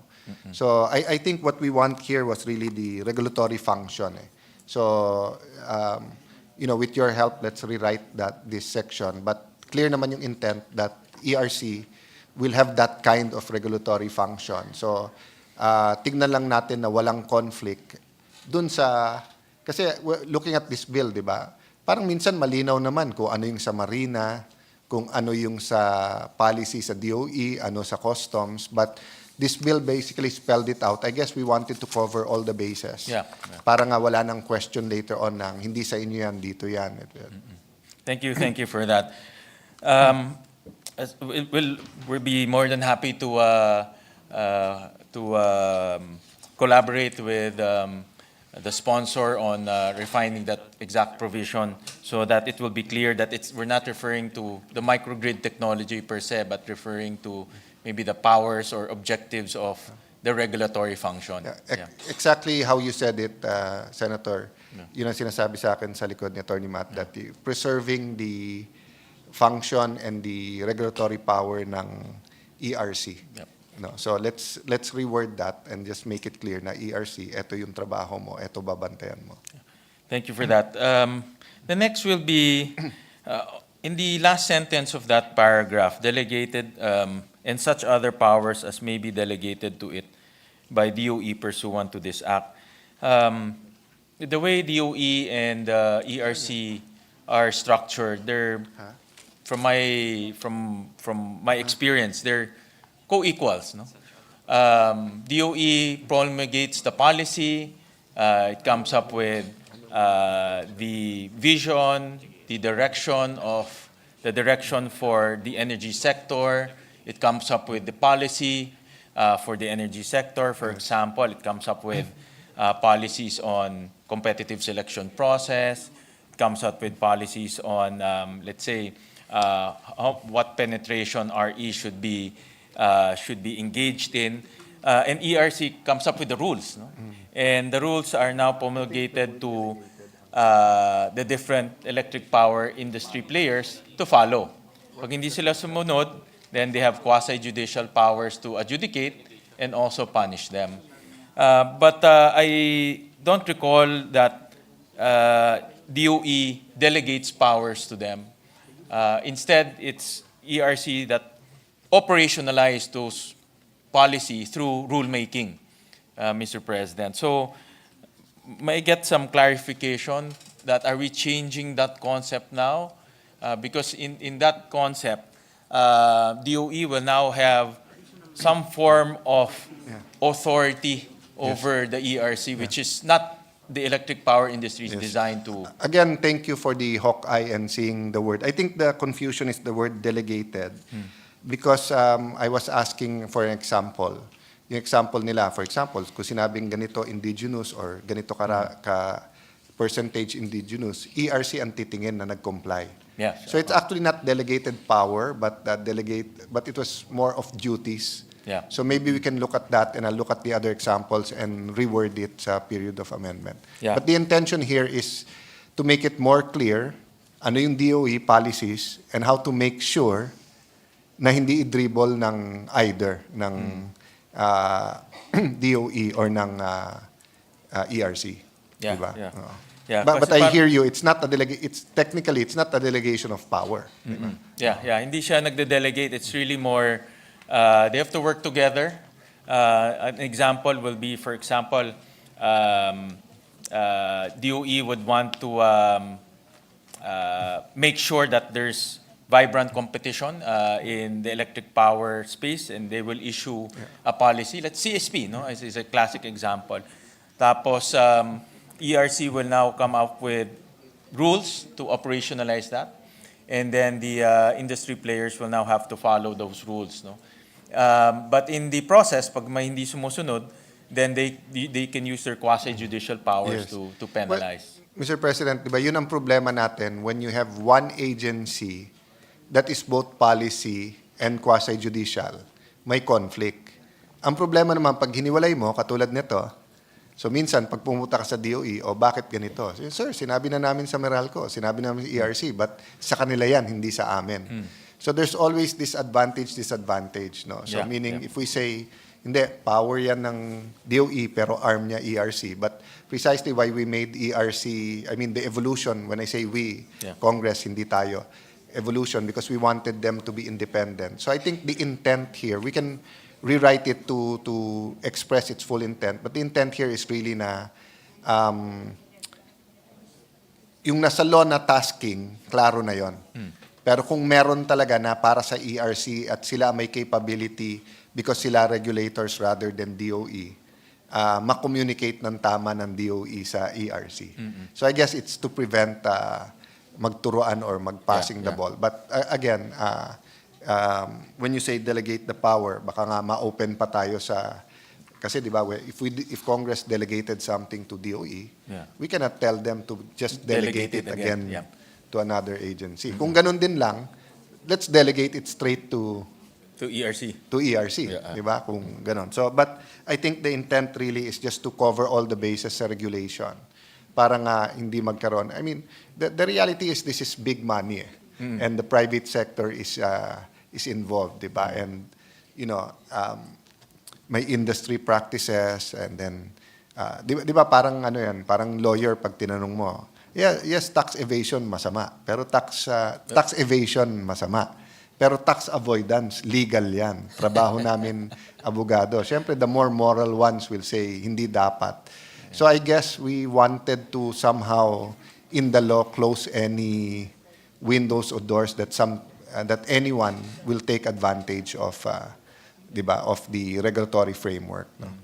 Thank you for that. And again, we're more than happy to collaborate so that the present setup will be maintained. And but then we're again, taking notes, Mr. President. Then probably what we'll do is, if we have wording, we'll send it to your office. But if you have a wording, yeah, send it definitely, then. yeah, definitely. The other question that I have, it will be on the second paragraph, and this is the paragraph on providing methodology for the determination and full recovery of reasonable cost and other regulatory support for the generation of electricity sourced from indigenous natural gas. May I ask a good sponsor, in this particular paragraph, is the ERC regulating the GenCo? Are they going to start regulating the generation companies?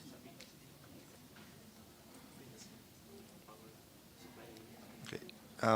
Let me answer the second sentence muna, no, habang ang kinukonsulta ko. The ERC shall likewise take into account the government share and revenues in the production of indigenous natural gas and sold to power plants. So ang nire-regulate dito, if I put the two together, di ba, is the reasonable cost and regulatory support for production, di ba? But yun nga, may reference to sold to plants. So are they going to regulate? Okay. So the answer is yes, but through the PSAs.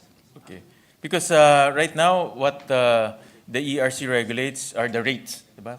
Bago sila mag-charge sa consumers, the DUs will go to the ERC, then apply for the rates, and then, of course, the DUs will justify why they are applying for those rates. They will look at the generation costs, the transmission costs, all of those costs. And then if ERC finds it reasonable or finds it it will also cover a reasonable return on their investment, then they approve it. Yes. It's the same process except the emphasis methodology because for example, no, yung minsan yung cost, 'di ba? Let's say between natural gas at saka indigenous, 'di ba? Hindi kasama doon yung transportation, pag regasify, etc. So, I mean, if you take this section together with the whole bill, it goes to your point, which is we also have to look at price, di ba? And of course, I mean, it's been discussed by you and Senator Pia na dalawa yung price.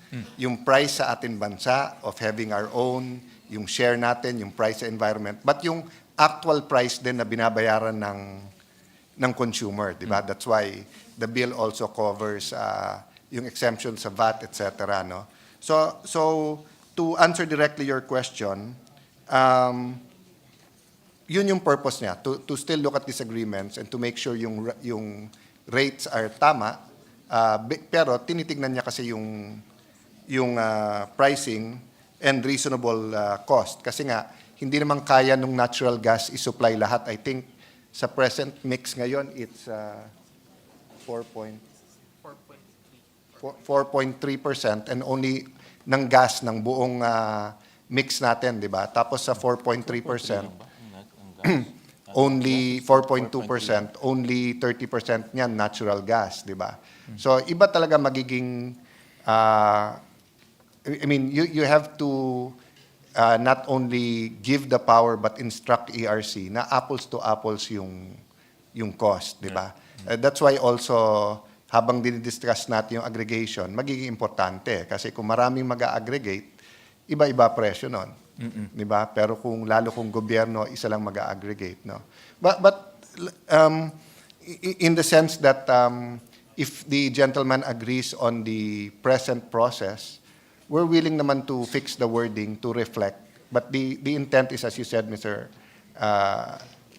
President, for the gentleman from Valenzuela, is just to make sure na walang mga PSA tapos mali-mali yung presyo or walang collusion, walang market manipulation or patataasin.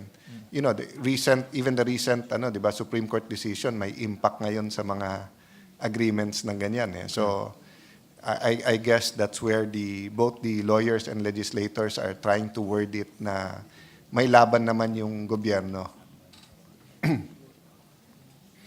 Because right now, the present regime is ERC regulates the dues, no? Yung mga presyong i-charge nila sa consumers, yun ang kanilang rin-regulate. And the dues will submit all of the breakdown ng kanilang cost on a per kilowatt basis. And yun ang rin-regulate ngayon ng ERC. The generation companies, they're unregulated, no? They're supposed to compete with one another, pababaan sila ng presyo, at kung sinong pinakamababang presyo, that's the one that the DUs will pick and sell to our consumers. So, again, just to clarify, are we changing that concept and then ERC is now going to regulate the GenCos? Yeah. To answer you directly, we're not changing that concept. Okay. Let me agree with you that market force are usually best, di ba? But yun nga, if yung pinakamura, then it will always be oil or coal, especially if we discover also oil in the Philippines or may oil or may coal na pwede, di ba? But we also take into consideration what we incentivize, di ba? Whether it's solar. But yung incentives na yon, tama ka, it doesn't go into regulating yung GenCo itself. So again, we'll be open to the wordsmithing or yung articulating the intent para hindi lumabas na iniiba natin ang regime. But I think konting emphasis nga na in the purpose of the bill. Okay. Diba? So to make sure nga na tama pa rin yung pricing even if diba, napaboran na yung natural gas for all the reasons we mentioned from Senator Pia's opening speech, your speech, di ba? Yeah. Thank you for that answer. And then the present regime also, the way the DUs choose their generator is through a least cost concept in the IPIRA, and that has been the practice ever since IPIRA. In this section, I also took note that we're changing the least cost concept to include reasonable cost and other regulatory support. So the least cost concept is to assure the public that they're getting the the best possible price. The reasonable cost is obviously a different concept. No? So may I ask a good sponsor, are we deviating from the least cost concept? That Mr. President, it says here the full recovery of reasonable cost. So it's talking about the recovery, hindi yung pag nag-bid siya na least cost. Okay. So I mean, just to mention, kasi nga, pag tinignan yung kontrata, may recovery ka ba ng reasonable cost? Kasi it's possible that they will put unreasonable cost, magmamahal para sa consumer. And separate talaga yung argument dun sa least cost, di ba? That's, I think, something you've been discussing with Senator Pia na, and siguro a midway of looking at it is least cost within the mix. Di ba? correct. Yeah. Yes. But I mean, But for we'll me, reading it as a lawyer, correct me if I'm wrong, this reasonable cost does not, and other regulatory support for generation sourced from the indigenous doesn't refer to yung, for example, nag-bid ang Meralco, kung ano pa rin yung least cost. But as I said, apples to apples sa mix. Correct. Kasi kung sasabihin ng Meralco, least cost lang, period, panay coal ang mananalo dyan. Hindi rin maganda sa environment at sa bansa, di ba? But when you read this, the determination of full recovery of reasonable cost, it refers to yung nagge-generate ng electricity from indigenous gas. Kasi nga, wala namang papasok kung hindi siya makaka-recover.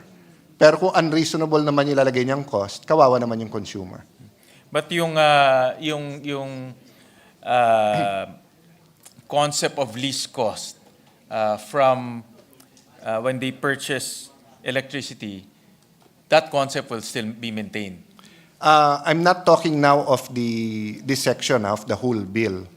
Diba? The concept nga of the whole bill is may prioritization sa natural gas, knowing that in the next few years we only have Malampaya, but we want investors, whether on their own or with government, to drill, and we want the mix. Diba? So like, for example, solar, hindi natin mapilit, so we put more incentives sa solar, diba? But we know it's better for the environment, pero hindi naman siya pwedeng baseload, diba? So ang problema kasi, most of our coal factories are old na rin eh. And some of those who invested in that will not go into natural gas kasi wala namang market eh. And talo sila ng coal. So even the existing owners or stockholders of those, and even the banks, diba, that, for example, if you look at all these banks that loan, medyo they frown upon coal na. Meron pa rin, but minsan tinataasan nila interest rates or whatever, diba, or walang mga credits, etc. So we want to help the environment.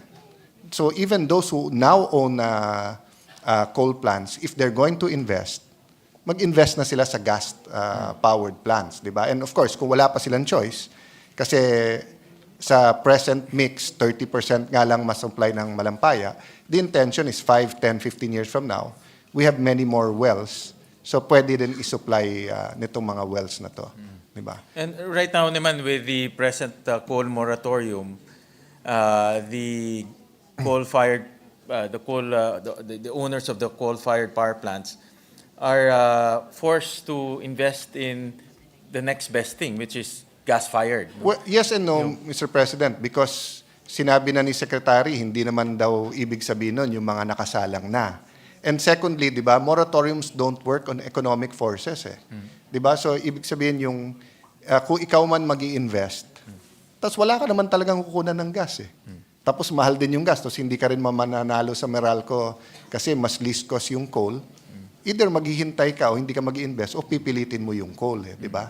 So that's why nga yung although there's a lot of work siguro that we have to do here in the period of amendments, that's the kind of environment that we want to it's not it's just like the fossil fuel companies in the world, di ba?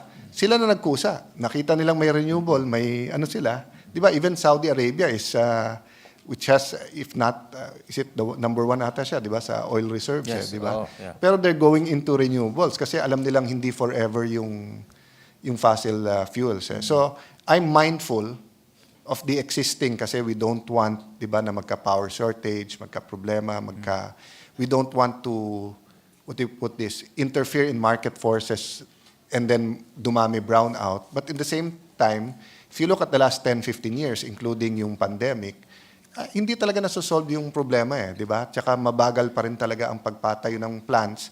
And then the older the coal plants get, the less reliable talaga it becomes. It's just a normal wear and tear, di ba, compared to newer. Of course, if Congressman Coangco was here, and to be fair, he does a lot of research, he'll tell us na sandali lang, isama nyo yung nuclear yung sa debate, and to be fair, may mga punto siya, but I guess this is kasi wala naman tayong nuclear material available sa Pilipinas. Ito, ang assumption natin dito, Mr. President, is really there are a lot of, itong problema no, sa mining and and I know you'll know about the mining kasi diba, their taxes are also coming up in your committee, di ba, yung regime ng taxation.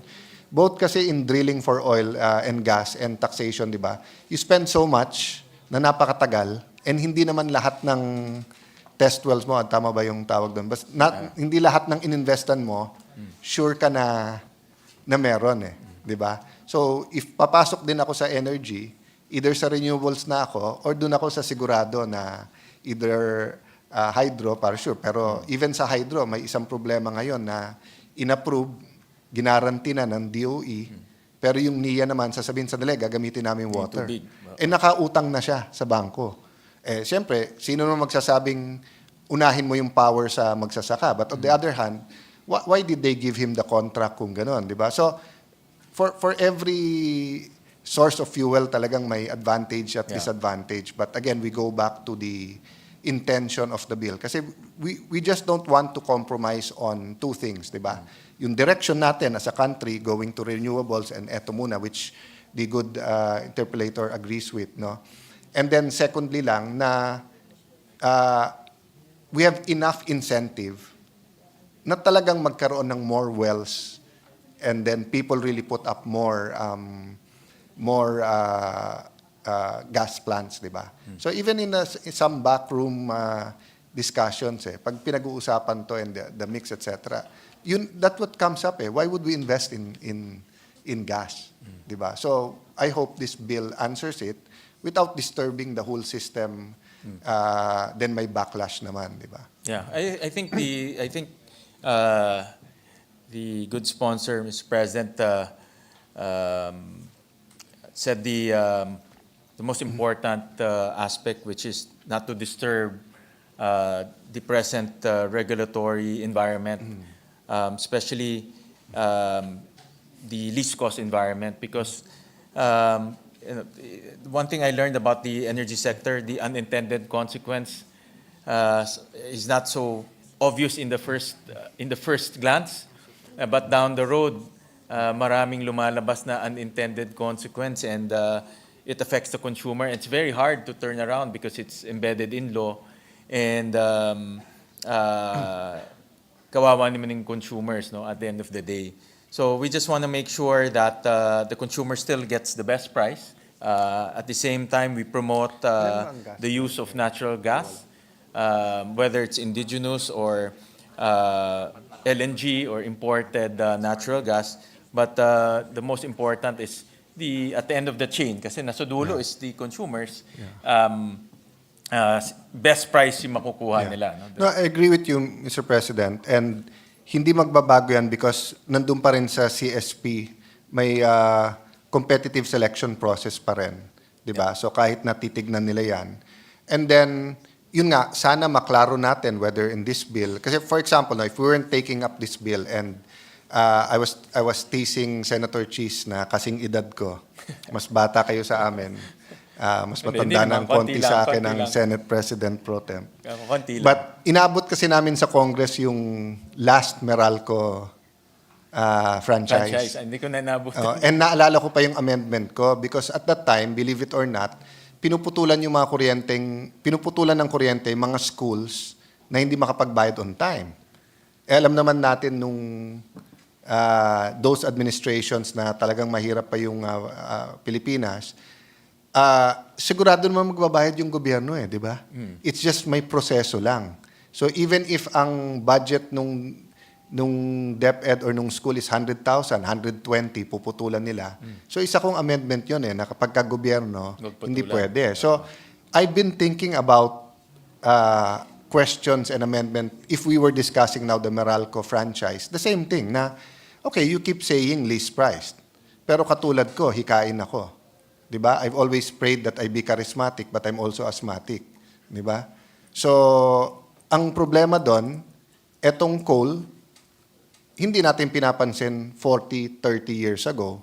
But now with climate change, my asthma doctor then said, don't worry, go to Baguio, go to Batangas, go to Cavite.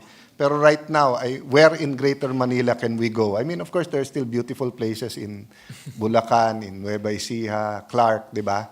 Pero yun nga, yung pollution. And to be fair, it's not only the power plants, di ba? It's also our cars and everything else. But I'm just saying, hindi pwedeng hindi kasama sa cost yun. So, I would agree with you that we have to articulate the provisions well para nga walang demandahan at walang argument sa ERC. So, halimbawa, Meralco. So, that's why what I was saying nga is there a way to implement the policy of going towards the mix? Diba? Kasi right now, if I'm not mistaken, there's only 4 na connected pa na power na gas-fired, di ba? Yeah. Tapos there's only Malampaya. Yes. So, that's why nga pinag-uusapan din natin na hindi naman pwedeng makalamang sila or sila lang, etc. But imagine if we already had 20 owned by 4, 5, 6, or 20 groups. And isipin mo if we had 5 Malampayas, di ba? Then you could imagine the vibrant economic activity and talagang magsi-CSP sila sa Meralco. Diba? But right now, kung sabihin ng Meralco, etong megawatt, tapos walang ano yung mix, parating mananalo yung coal, which is the same as parating mananalo ang Vietnam and Thailand rice versus local rice, but we're not taking out buying local rice. Diba? It's a little bit different kasi individual farmers, but I think we both agree naman conceptually. It's really more of how do we articulate it. Na as you said, di ba, na it will not disturb in the sense that magkakaproblema tayo sa kuryente at mapapamahal tayo. But it will disturb it enough to put it in the right direction. Di ba? Napapunta na tayo dun sa mix. That's why if you look at the provisions, hindi specify dito yung mix. Kung hindi, naglagay ng dates na kung saan yung DOE dapat naglalagay ng mga plano nila in terms of energy security, di ba? Kasi, in my younger days, I'd probably want it here. Na gusto ko, ganito yung mix nung... But we don't know technology, di ba? So meaning, after we pass this, if next year, lahat ng baterya, mura na at capable, di ba? Baka solar na lahat, baka we won't... Because the reality is, that's why we call it a transition fuel, right? Di ba? Because it's not totally clean. Di ba? All around the world, it's considered cleaner than oil and coal. May nag-argue ngayon ng clean coal, but there are some technological things that they need to do in their power plant, di ba? To harness yung madumi sa clean coal. But that's why kung makikita mo dito sa bill na to, I'm sorry, I don't really know whose version na yung nalagay dito because so many senators passed it, di ba? But ang nandito lang talaga is more time frame para continuous reminder sa DOE at ERC na ito obligasyon nyo at dapat ilabas nyo yan. Then maybe the debate can come there. For me, realistically, after passing this bill and assuming we gave the substance of the bill is all there, and 2, 3, 4 years walang nag drill for oil, then may problema. 'Di ba? I mean, 'di ba, parang sinabi ngayon na parang we want Marawi to raise up, let's give all of these incentives. At question mo ako na, 'di ba sobra naman tong incentives? Sasagutin kita, but Senator, walang pumupunta sa Marawi eh. Doble na nga incentive ng Metro Manila, wala pa rin pumupunta doon, nandito pa rin. So halimbawa, quadruple natin. Well, the best evidence will be on looking the next few months or next few years. May nag-invest ba sa Marawi? Kung wala pa rin, baka maling klase ng incentives yung binibigay natin. So basically, the basis of looking at the incentives here is that in the last generation, ang nag-drill lang talaga yung sa Malampaya. Yeah. Actually, from a direction standpoint, marami na talagang ayaw magpahiram sa coal-fired power plants. No, the financing cost is getting very expensive, and the coal technology is not a growing technology, or not a technology that the world is welcoming at this point because of the environmental concerns. That's why, aside from very expensive financing costs, a lot of countries are also putting mga levies and carbon tax on this type of technology. So eventually, this type of technologies will have a very difficult time in competing. No? And I think it's by design because of people are getting environmentally conscious. And I do agree that in the meantime, nagta-transition tayo, gas is the most viable option. No? It's not completely clean, but it's a viable option because it's flexible, it can be mid-merit, can be peaking, it can be base load. So it's a very flexible technology. Unfortunately, it's the most viable but not the most sellable. Pinapatawa lang kita. Because tama ka in the word viable na V. Di ba? But in terms of being viable, medyo at our present system ngayon, di ba? I mean, apples to apples, di ba? I don't think there's a investor sa power generation that they came in to help the environment. So I don't think they came in to destroy the environment kasi, di ba, kung wala rin naman power, wala rin, patay din ang tao. So may environment ka, patay naman yung tao. So I'm not an extremist in thinking, like that. But I'm just saying is that if you look that since 2019, wala man lang nag-attempt to invest in new wells, di ba? Samantalang, even, is it the American Geological, basta meron silang, it's in the internet studies ng iba't ibang minerals and even oil, gas, etc. So ang tinignan ko lang noon yung South China Sea kasi yun ang assignment ko noon. Unfortunately, isa pala yun sa most volatile sa mga seas sa buong mundo. So even pag nag-explore ka, it's only a few months. And then of course the political, di ba? But there, yung isang incentive kasi there was not only commercial. It was also political in the sense na kung magkakaroon ng peace doon, kasi kung magkasosyo kayo, baka hindi kayo nag-aaway sa, di ba, kung kapitbahay tayo, sinasabi ko every morning yung mangga, akin yan, kasi yung branch na sa akin. Sinasabi naman ni Senator Gatchalian, akin yan, kasi yung tangkay na sa'yo. Baka kung nagkaroon tayo ng dried mango shop, at ako nagpapatakbo, ikaw namumuhunan, pareho tayong kumikita, baka we'll forget a while about ba't tayo nag-aaway, then cooler heads would come up. Kasi remember, EEZ, economic rights, can be negotiated. You cannot negotiate territory. But you can come up with a deal sa economic rights, di ba? So, but my point is, except for that we looked into it, di ba? You would see, tama ka, pahirap yung financing sa coal, pero nangyayari pa rin. Di ba? Because people who go into business, they're not particularly in love with that business. What they want to do is make money. Di ba? So yung mga favorite na pinapanood ko ngayon na sellers sa Facebook, story nila, they've tried selling different things. Pero kung saan sila biglang, di ba, or yung artist, di ba, yung, when I was talking to the wife of one of my favorites, si Rubio, sabi niya, ang daming drawing ng asawa ko, pero nung drawing niya yung long neck, everyone started to like it and recognize it. So he started na yun talaga, di ba? So I mean, the guy loves to paint and loves sculpture. Doesn't particularly, I think he'd be as happy as a short neck, long neck, but the buyers want the long neck. And he can survive and even prosper kung may bibili ng painting niya, kung wala, hindi, di ba? So we can really wish that we're so environmentally conscious that people will go in gas and everyone will ignore coal, etc. But it's not the reality. The reality is people still look at the, di ba, yung bank accounts, yung loan, yung interest and everything. So I'm going to the intention. I know you and Senator Pia are looking at dotting the I's and crossing the T's, no? But I just go back to the bigger picture, no? Yeah, yeah. I get the point of His Honor, and I agree with him that in moving forward, we need to look at all types of technologies.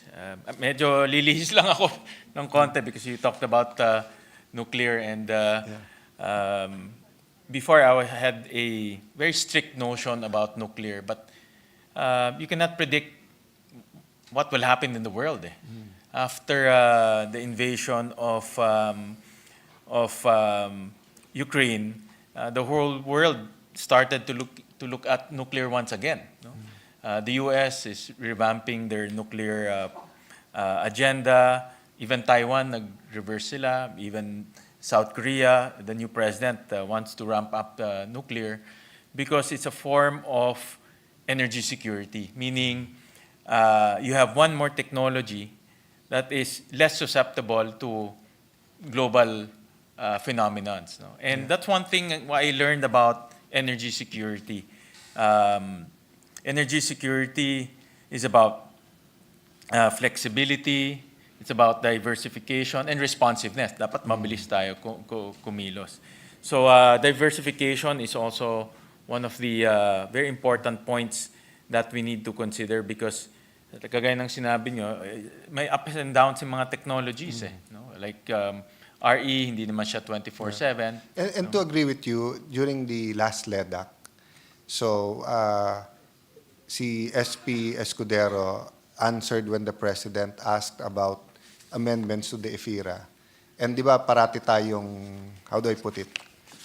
We want the changes and the reforms, but we're cautious dahil nga, di ba, baka masira yung sistema eh. Baka walang magpautang or i-call in yung loans. Di ba, there are some consumer provisions that can seem very pro-consumer, pero kung wala ka namang kuryente, it also doesn't help the consumer. So but my point is, there was a little bit of discussion between a comprehensive EFIRA amendment versus parcels muna.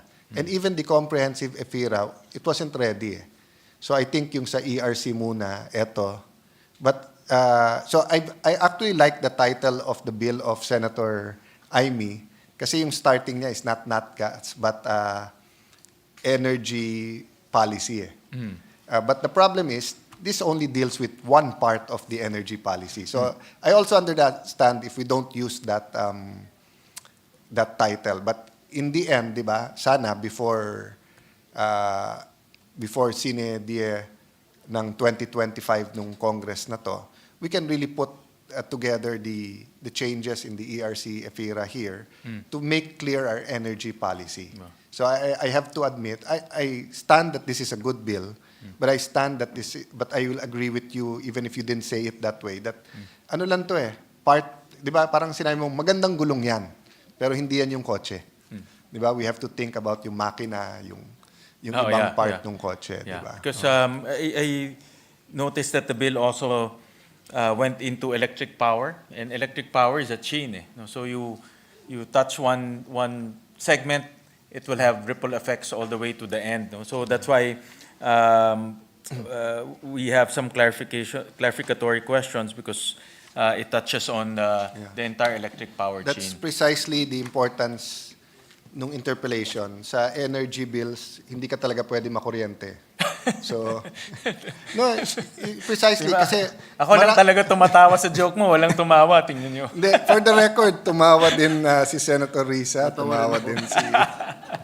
Ganyan lang tumawa yan, pero tumawa din. Sa loob, tumatawa yung mga yan. No, but the point is, di ba marami kasi nag-sponsor ng bill eh. Yeah. I mean, maraming nag-author. Yeah. And of course, and at the heart of it also is protecting the environment. So, it'll be our pleasure to answer questions nga about the mix sa electric. Except Yeah. on that one, I'll just have to consult kasi hindi ko alam kung kaninong version yung sa electric. But I will agree with you even if you haven't asked. This is a energy policy bill, but it focuses on natural gas. In fact, our title in our proposal is energy policy, no? Our original proposal, because it looks at the entire energy. I haven't consulted Senator Pia, but I'll be open. Di ba? With the caveat lang that this isn't the comprehensive, because as you said, di ba, if we make it comprehensive and encompassing, hindi rin tayo matatapos dahil ang daming ibang element. I'll go to the points, Mr. President. There's also the last sentence here. The ERC shall likewise take into account government share and other revenues in the production of indigenous gas sold to power. And I just want to get the clarification on how will this be part of the regulatory regime of ERC? No. I will venture an answer without consulting the staff. That's the problem nga, how. That's why pinasa sa ERC. So I think this is more of a statement to them na, take note, 60% ng revenues niyan sa gobyerno. So sa tao din. Di ba? But how, meaning kung ang bid nung isa piso, bid mo 105, do we say na that's not 105 because 60% of that is sa gobyerno? We don't say that because we're looking at yung resibo or yung babayaran nung di ba? So, but if you don't put it there naman, I've noticed, for example, in our one hearing sa Meralco, you attended more hearings, so I'm not going to generalize, but at least this one hearing that I attended, di ba? Parang sa kanila, they don't take note na, sandali lang that might be ganito, but you have to take note that it's 60%. So it's either we come out with that how and we put it in the bill, or we somehow trust ERC because hindi mo naman pwede ignore. But I agree with you, you can't put it naman in the formula, di ba? Yeah. So parang ang dating sa akin as it is written is parang, Sherwin, kung bibili ka ng kotse, I just want you to know, Saraw is Filipino. Di ba? So, but how does that enter your pricing and selling, di ba? Or I want you to know that, limbawa, if government bought 50% of Saraw and Saraw came out with an e-jeep and e-bus, do we have competitive bidding na apples to apples? Kung 300,000 yung Canadian or Japanese e-jeep and 310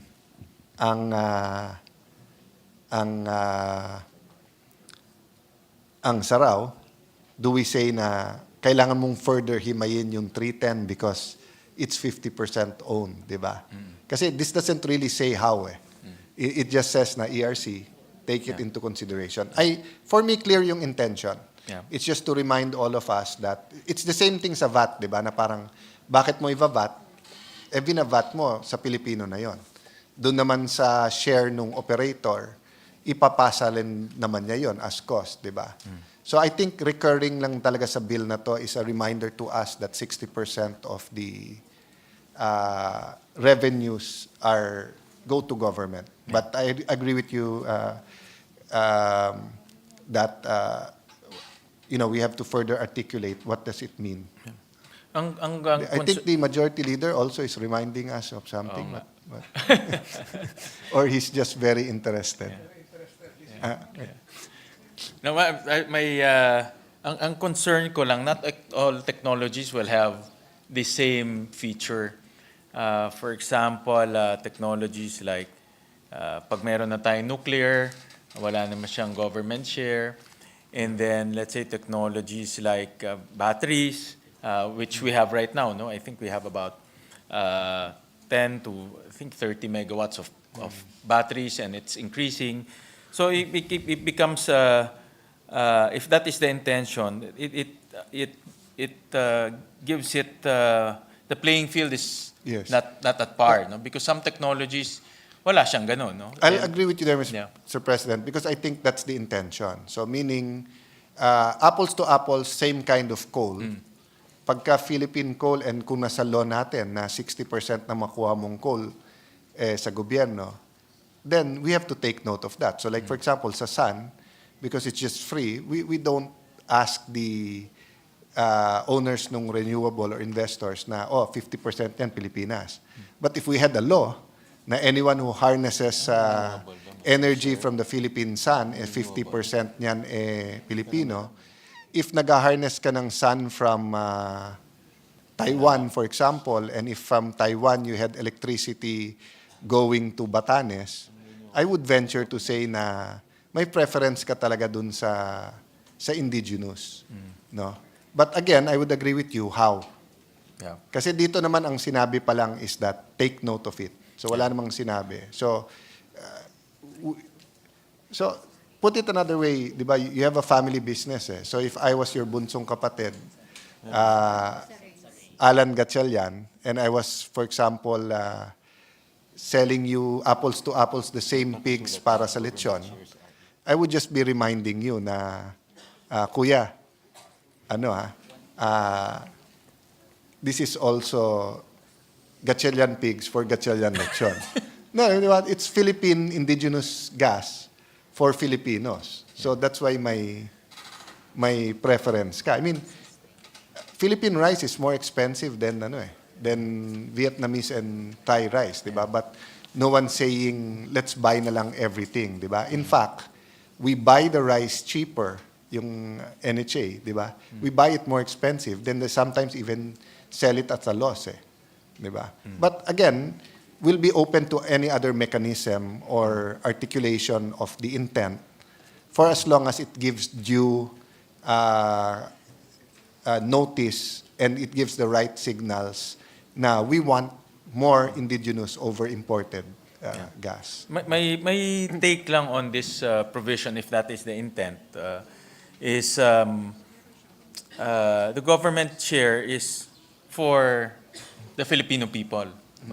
We gave you the right to explore, and after exploring, we reimburse you with your operating expense. That's in the service contract and in the law, and then we share 40-60. But that right to explore natural resources should accrue to the Filipino people, and that's via the 60%. So that 60% atin na yun no?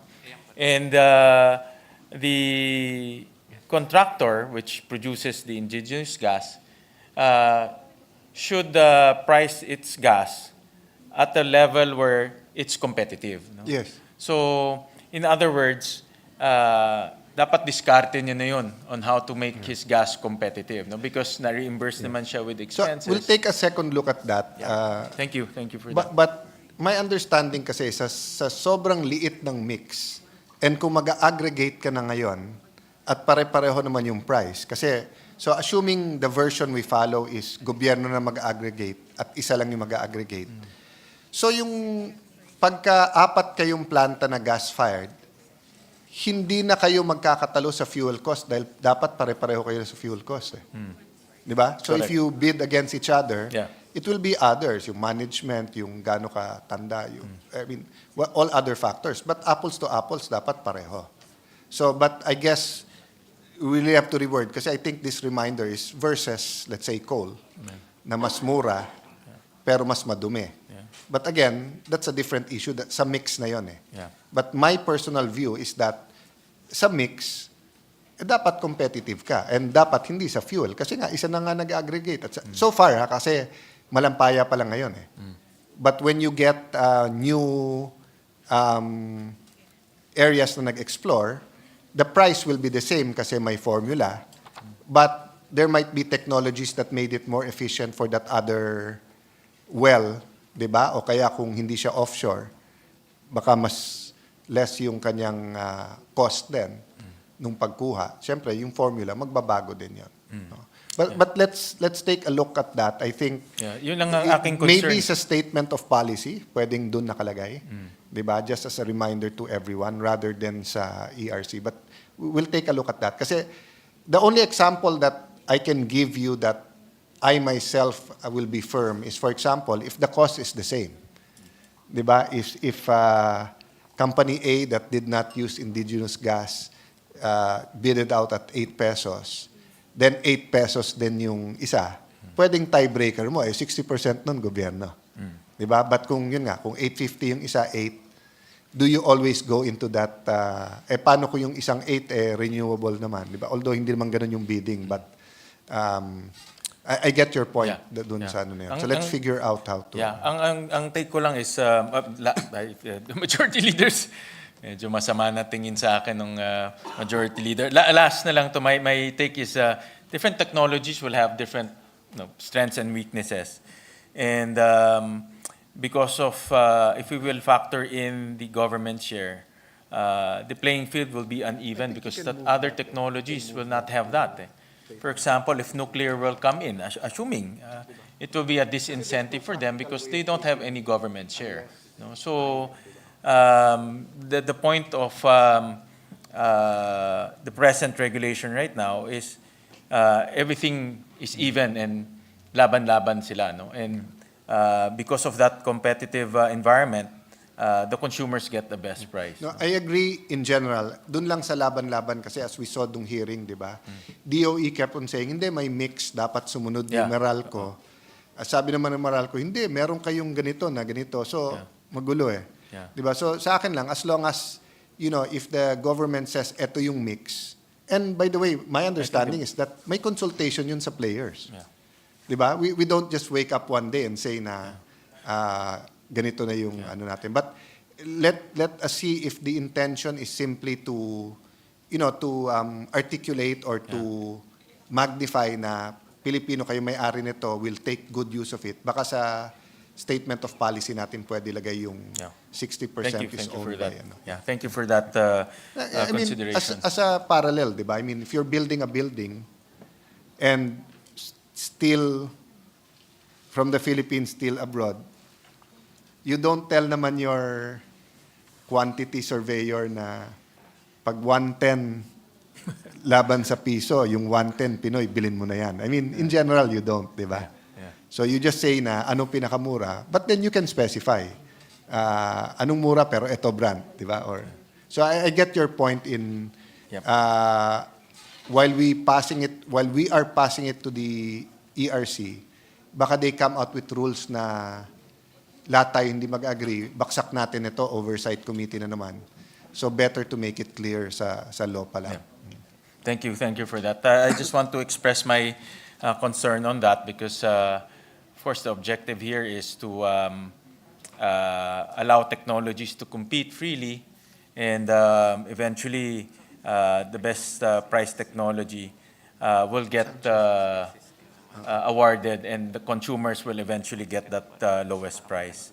And different technologies naman compete on different segments. For example, for renewable energy, normally they compete at the peaking segment.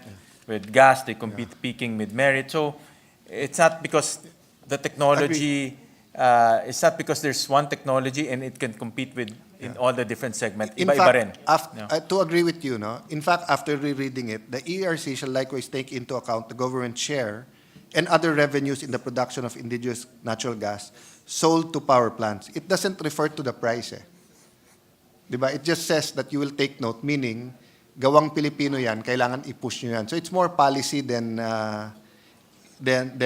powers and responsibility. So let's take a second look at it. Baka siguro some of the authors felt that it's a responsibility of the ERC to push for indigenous. But precisely why you have the whole bill. The whole bill nga provides the incentive na we go towards indigenous gas. So baka sa policy, we'll just take note of this. Thank you for that to the good sponsor. And I think the majority leader is signaling us. 1 minute suspension, Mr. President. Session suspended.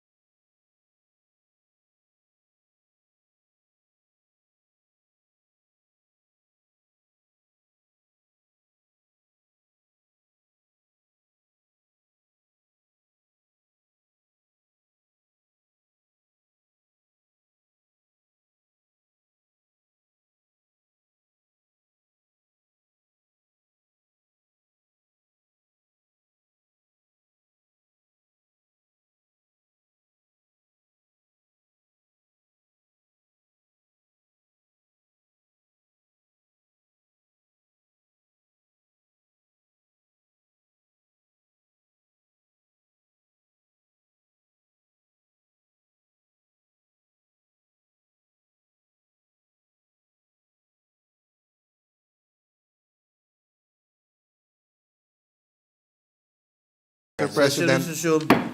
Mr. President, upon consultation with the majority leader, he promises not to ask question Monday because the questions were already asked or answered, or he will submit it if we agree that all of us had not have dinner. I just want to manifest that we've done a lot of bills, and I want to thank Senator Win kasi pagbukas mo ng TV sa umaga, pag 9 o'clock yung hearing, nandun siya. Pagka nandun ka sa weather caucus or may mga event dito malapit sa Senate, 1 o'clock, nandun siya. Start ng session, nandun siya. So, and he's willing to continue tonight. I wasn't feeling that great earlier. I'm feeling better now. I'm willing to continue. But I just want to manifest nga na the urgency kasi. Kasi pag natapos natin to before the break, then we will give the ERC and DOE 6 months. By next year, hopefully, remember this year you'll have the election sa US. Hopefully, the end is near dun sa conflict both between the Israel and its neighbors and between Ukraine and Russia. We don't know. But this is something that can really move us forward. So I know everyone's doing their best. And ayoko naman maipit yung ibang bills.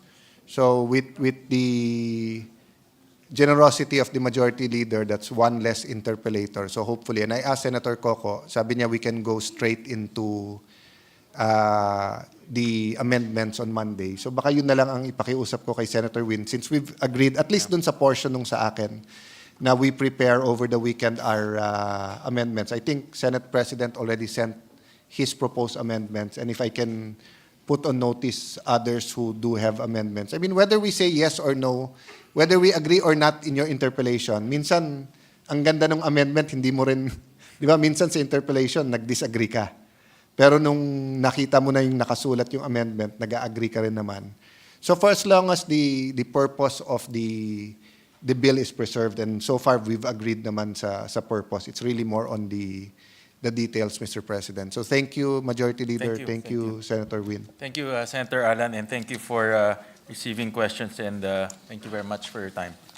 Thank you very much, Senators Gatchalian and Cayetano. Majority Leader. With that, Mr. President, having heard from the Guru as well as the sponsor, I move that we suspend consideration of Senate Bill number 2793. So move, Mr. President. Is there any objection? There being none, the motion is approved. Mr. President, I move that we adjourn the session till...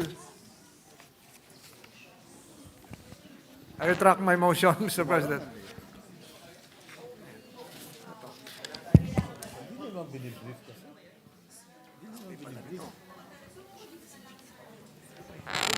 Mr. President, Please proceed. I move that we consider the proposed Senate Resolution 785, taking into consideration Senate Resolution 795. This is the resolution congratulating and commending Team Philippines for being crowned the overall Grand Champion of the World Championship of Performing Arts, held from July 28 to August 6 in Anaheim, California, USA. Is there an objection? There being none, motion is approved.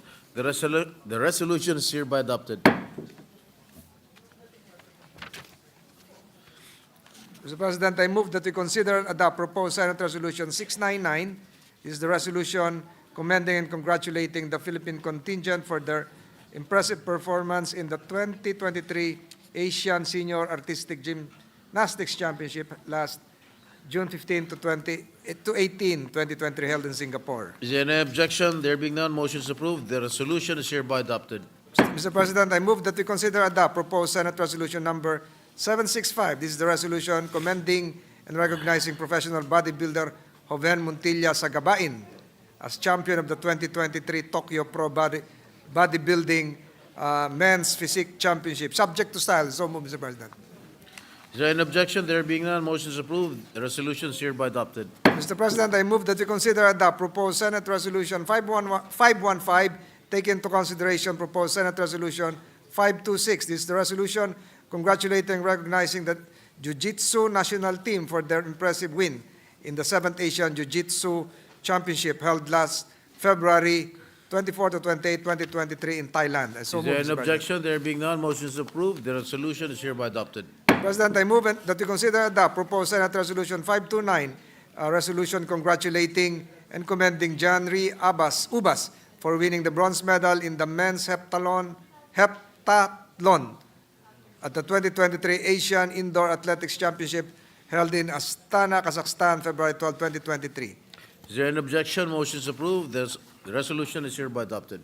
Mr. President, I move that we consider and adopt proposed Senate Resolution 861. This is the resolution commending and congratulating the Philippine contingent to the 2023 World Combat Games held in Riyadh, Saudi Arabia for winning 3 golds, 5 silvers, and 5 bronze medals. Subject to stand, Mr. President. Is there an objection? There being none, motion is approved. The resolution is hereby adopted. President, I move that we consider and adopt proposed Senate Resolution 411. This is the resolution congratulating the Philippine team for their performance at the 10th Mombasa Open Tonggil Mudu International Martial Arts Championship. I so move, Mr. Is President. there an objection? There being none, motion is approved. The resolution is hereby adopted. Mr. President, I move that we consider and adopt proposed Senate Resolution 493, resolution congratulating and commending the province of Kalinga for bagging the Guinness World Records of the largest gong ensemble and largest banga dance through the performance of its constituents dubbed as the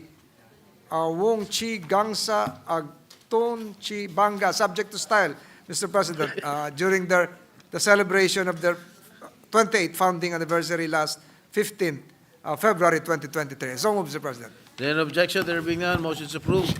The resolution is hereby adopted.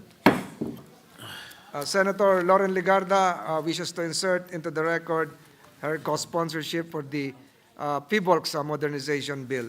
Noted. Mr. President, Admin. upon discussions with some administrative matters, upon discussions with the chairpersons of the Committee on Justice and Human Rights and the Committee on Higher and Technical Vocational Education, I move to transfer the primary referral of the Senate Bill 968. This is the bill that an act to encourage more Filipino lawyers to serve the people and join the Public Attorney's Office, establishing for the purpose the Abogado para sa Bayan Return Service Program, among others, Mr. President. From the Committee on Justice and Human Rights to the Committee on Higher Technical and Vocational Education, and subsequently be considered as part of the Committee Report 231, which reported out Senate Bill 2596, or the Abogado para sa Bayan Act. So, Mr. President. Is there an objection? There being none, motion is approved. Another administrative matter, I move that we transfer from the primary committee referral Senate Bill 2808, the LTO Class B District Office in Sorsogon, from the Committee on Rules to the Committee on Public Services and Finance. So, Mr. Is President. there an objection? There being none, motion is approved. Mr. President, pursuant to Rule 10, Section 13 of our rules, I move for the nomination and election of the following members of the Committee on Youth, Senator Robin Hood Padilla and Senator Juan Miguel Zubiri. So, Mr. President. Is there an objection? There being none, motion is approved. Mr. President, I move to elect Senator Lauren Legarda as member of the Committee on Justice and Human Rights. So move, Mr. Is there President. an objection? There being none, motion is approved. Mr. President, I move that we adjourn the session until Monday, 3 p.m., 23 September 2024. I so move, Mr. Is President. there any objection? There being none, the session is adjourned until 3 o'clock bukas, in the afternoon of Monday, September 23, 2024. Thank you, Mr. President.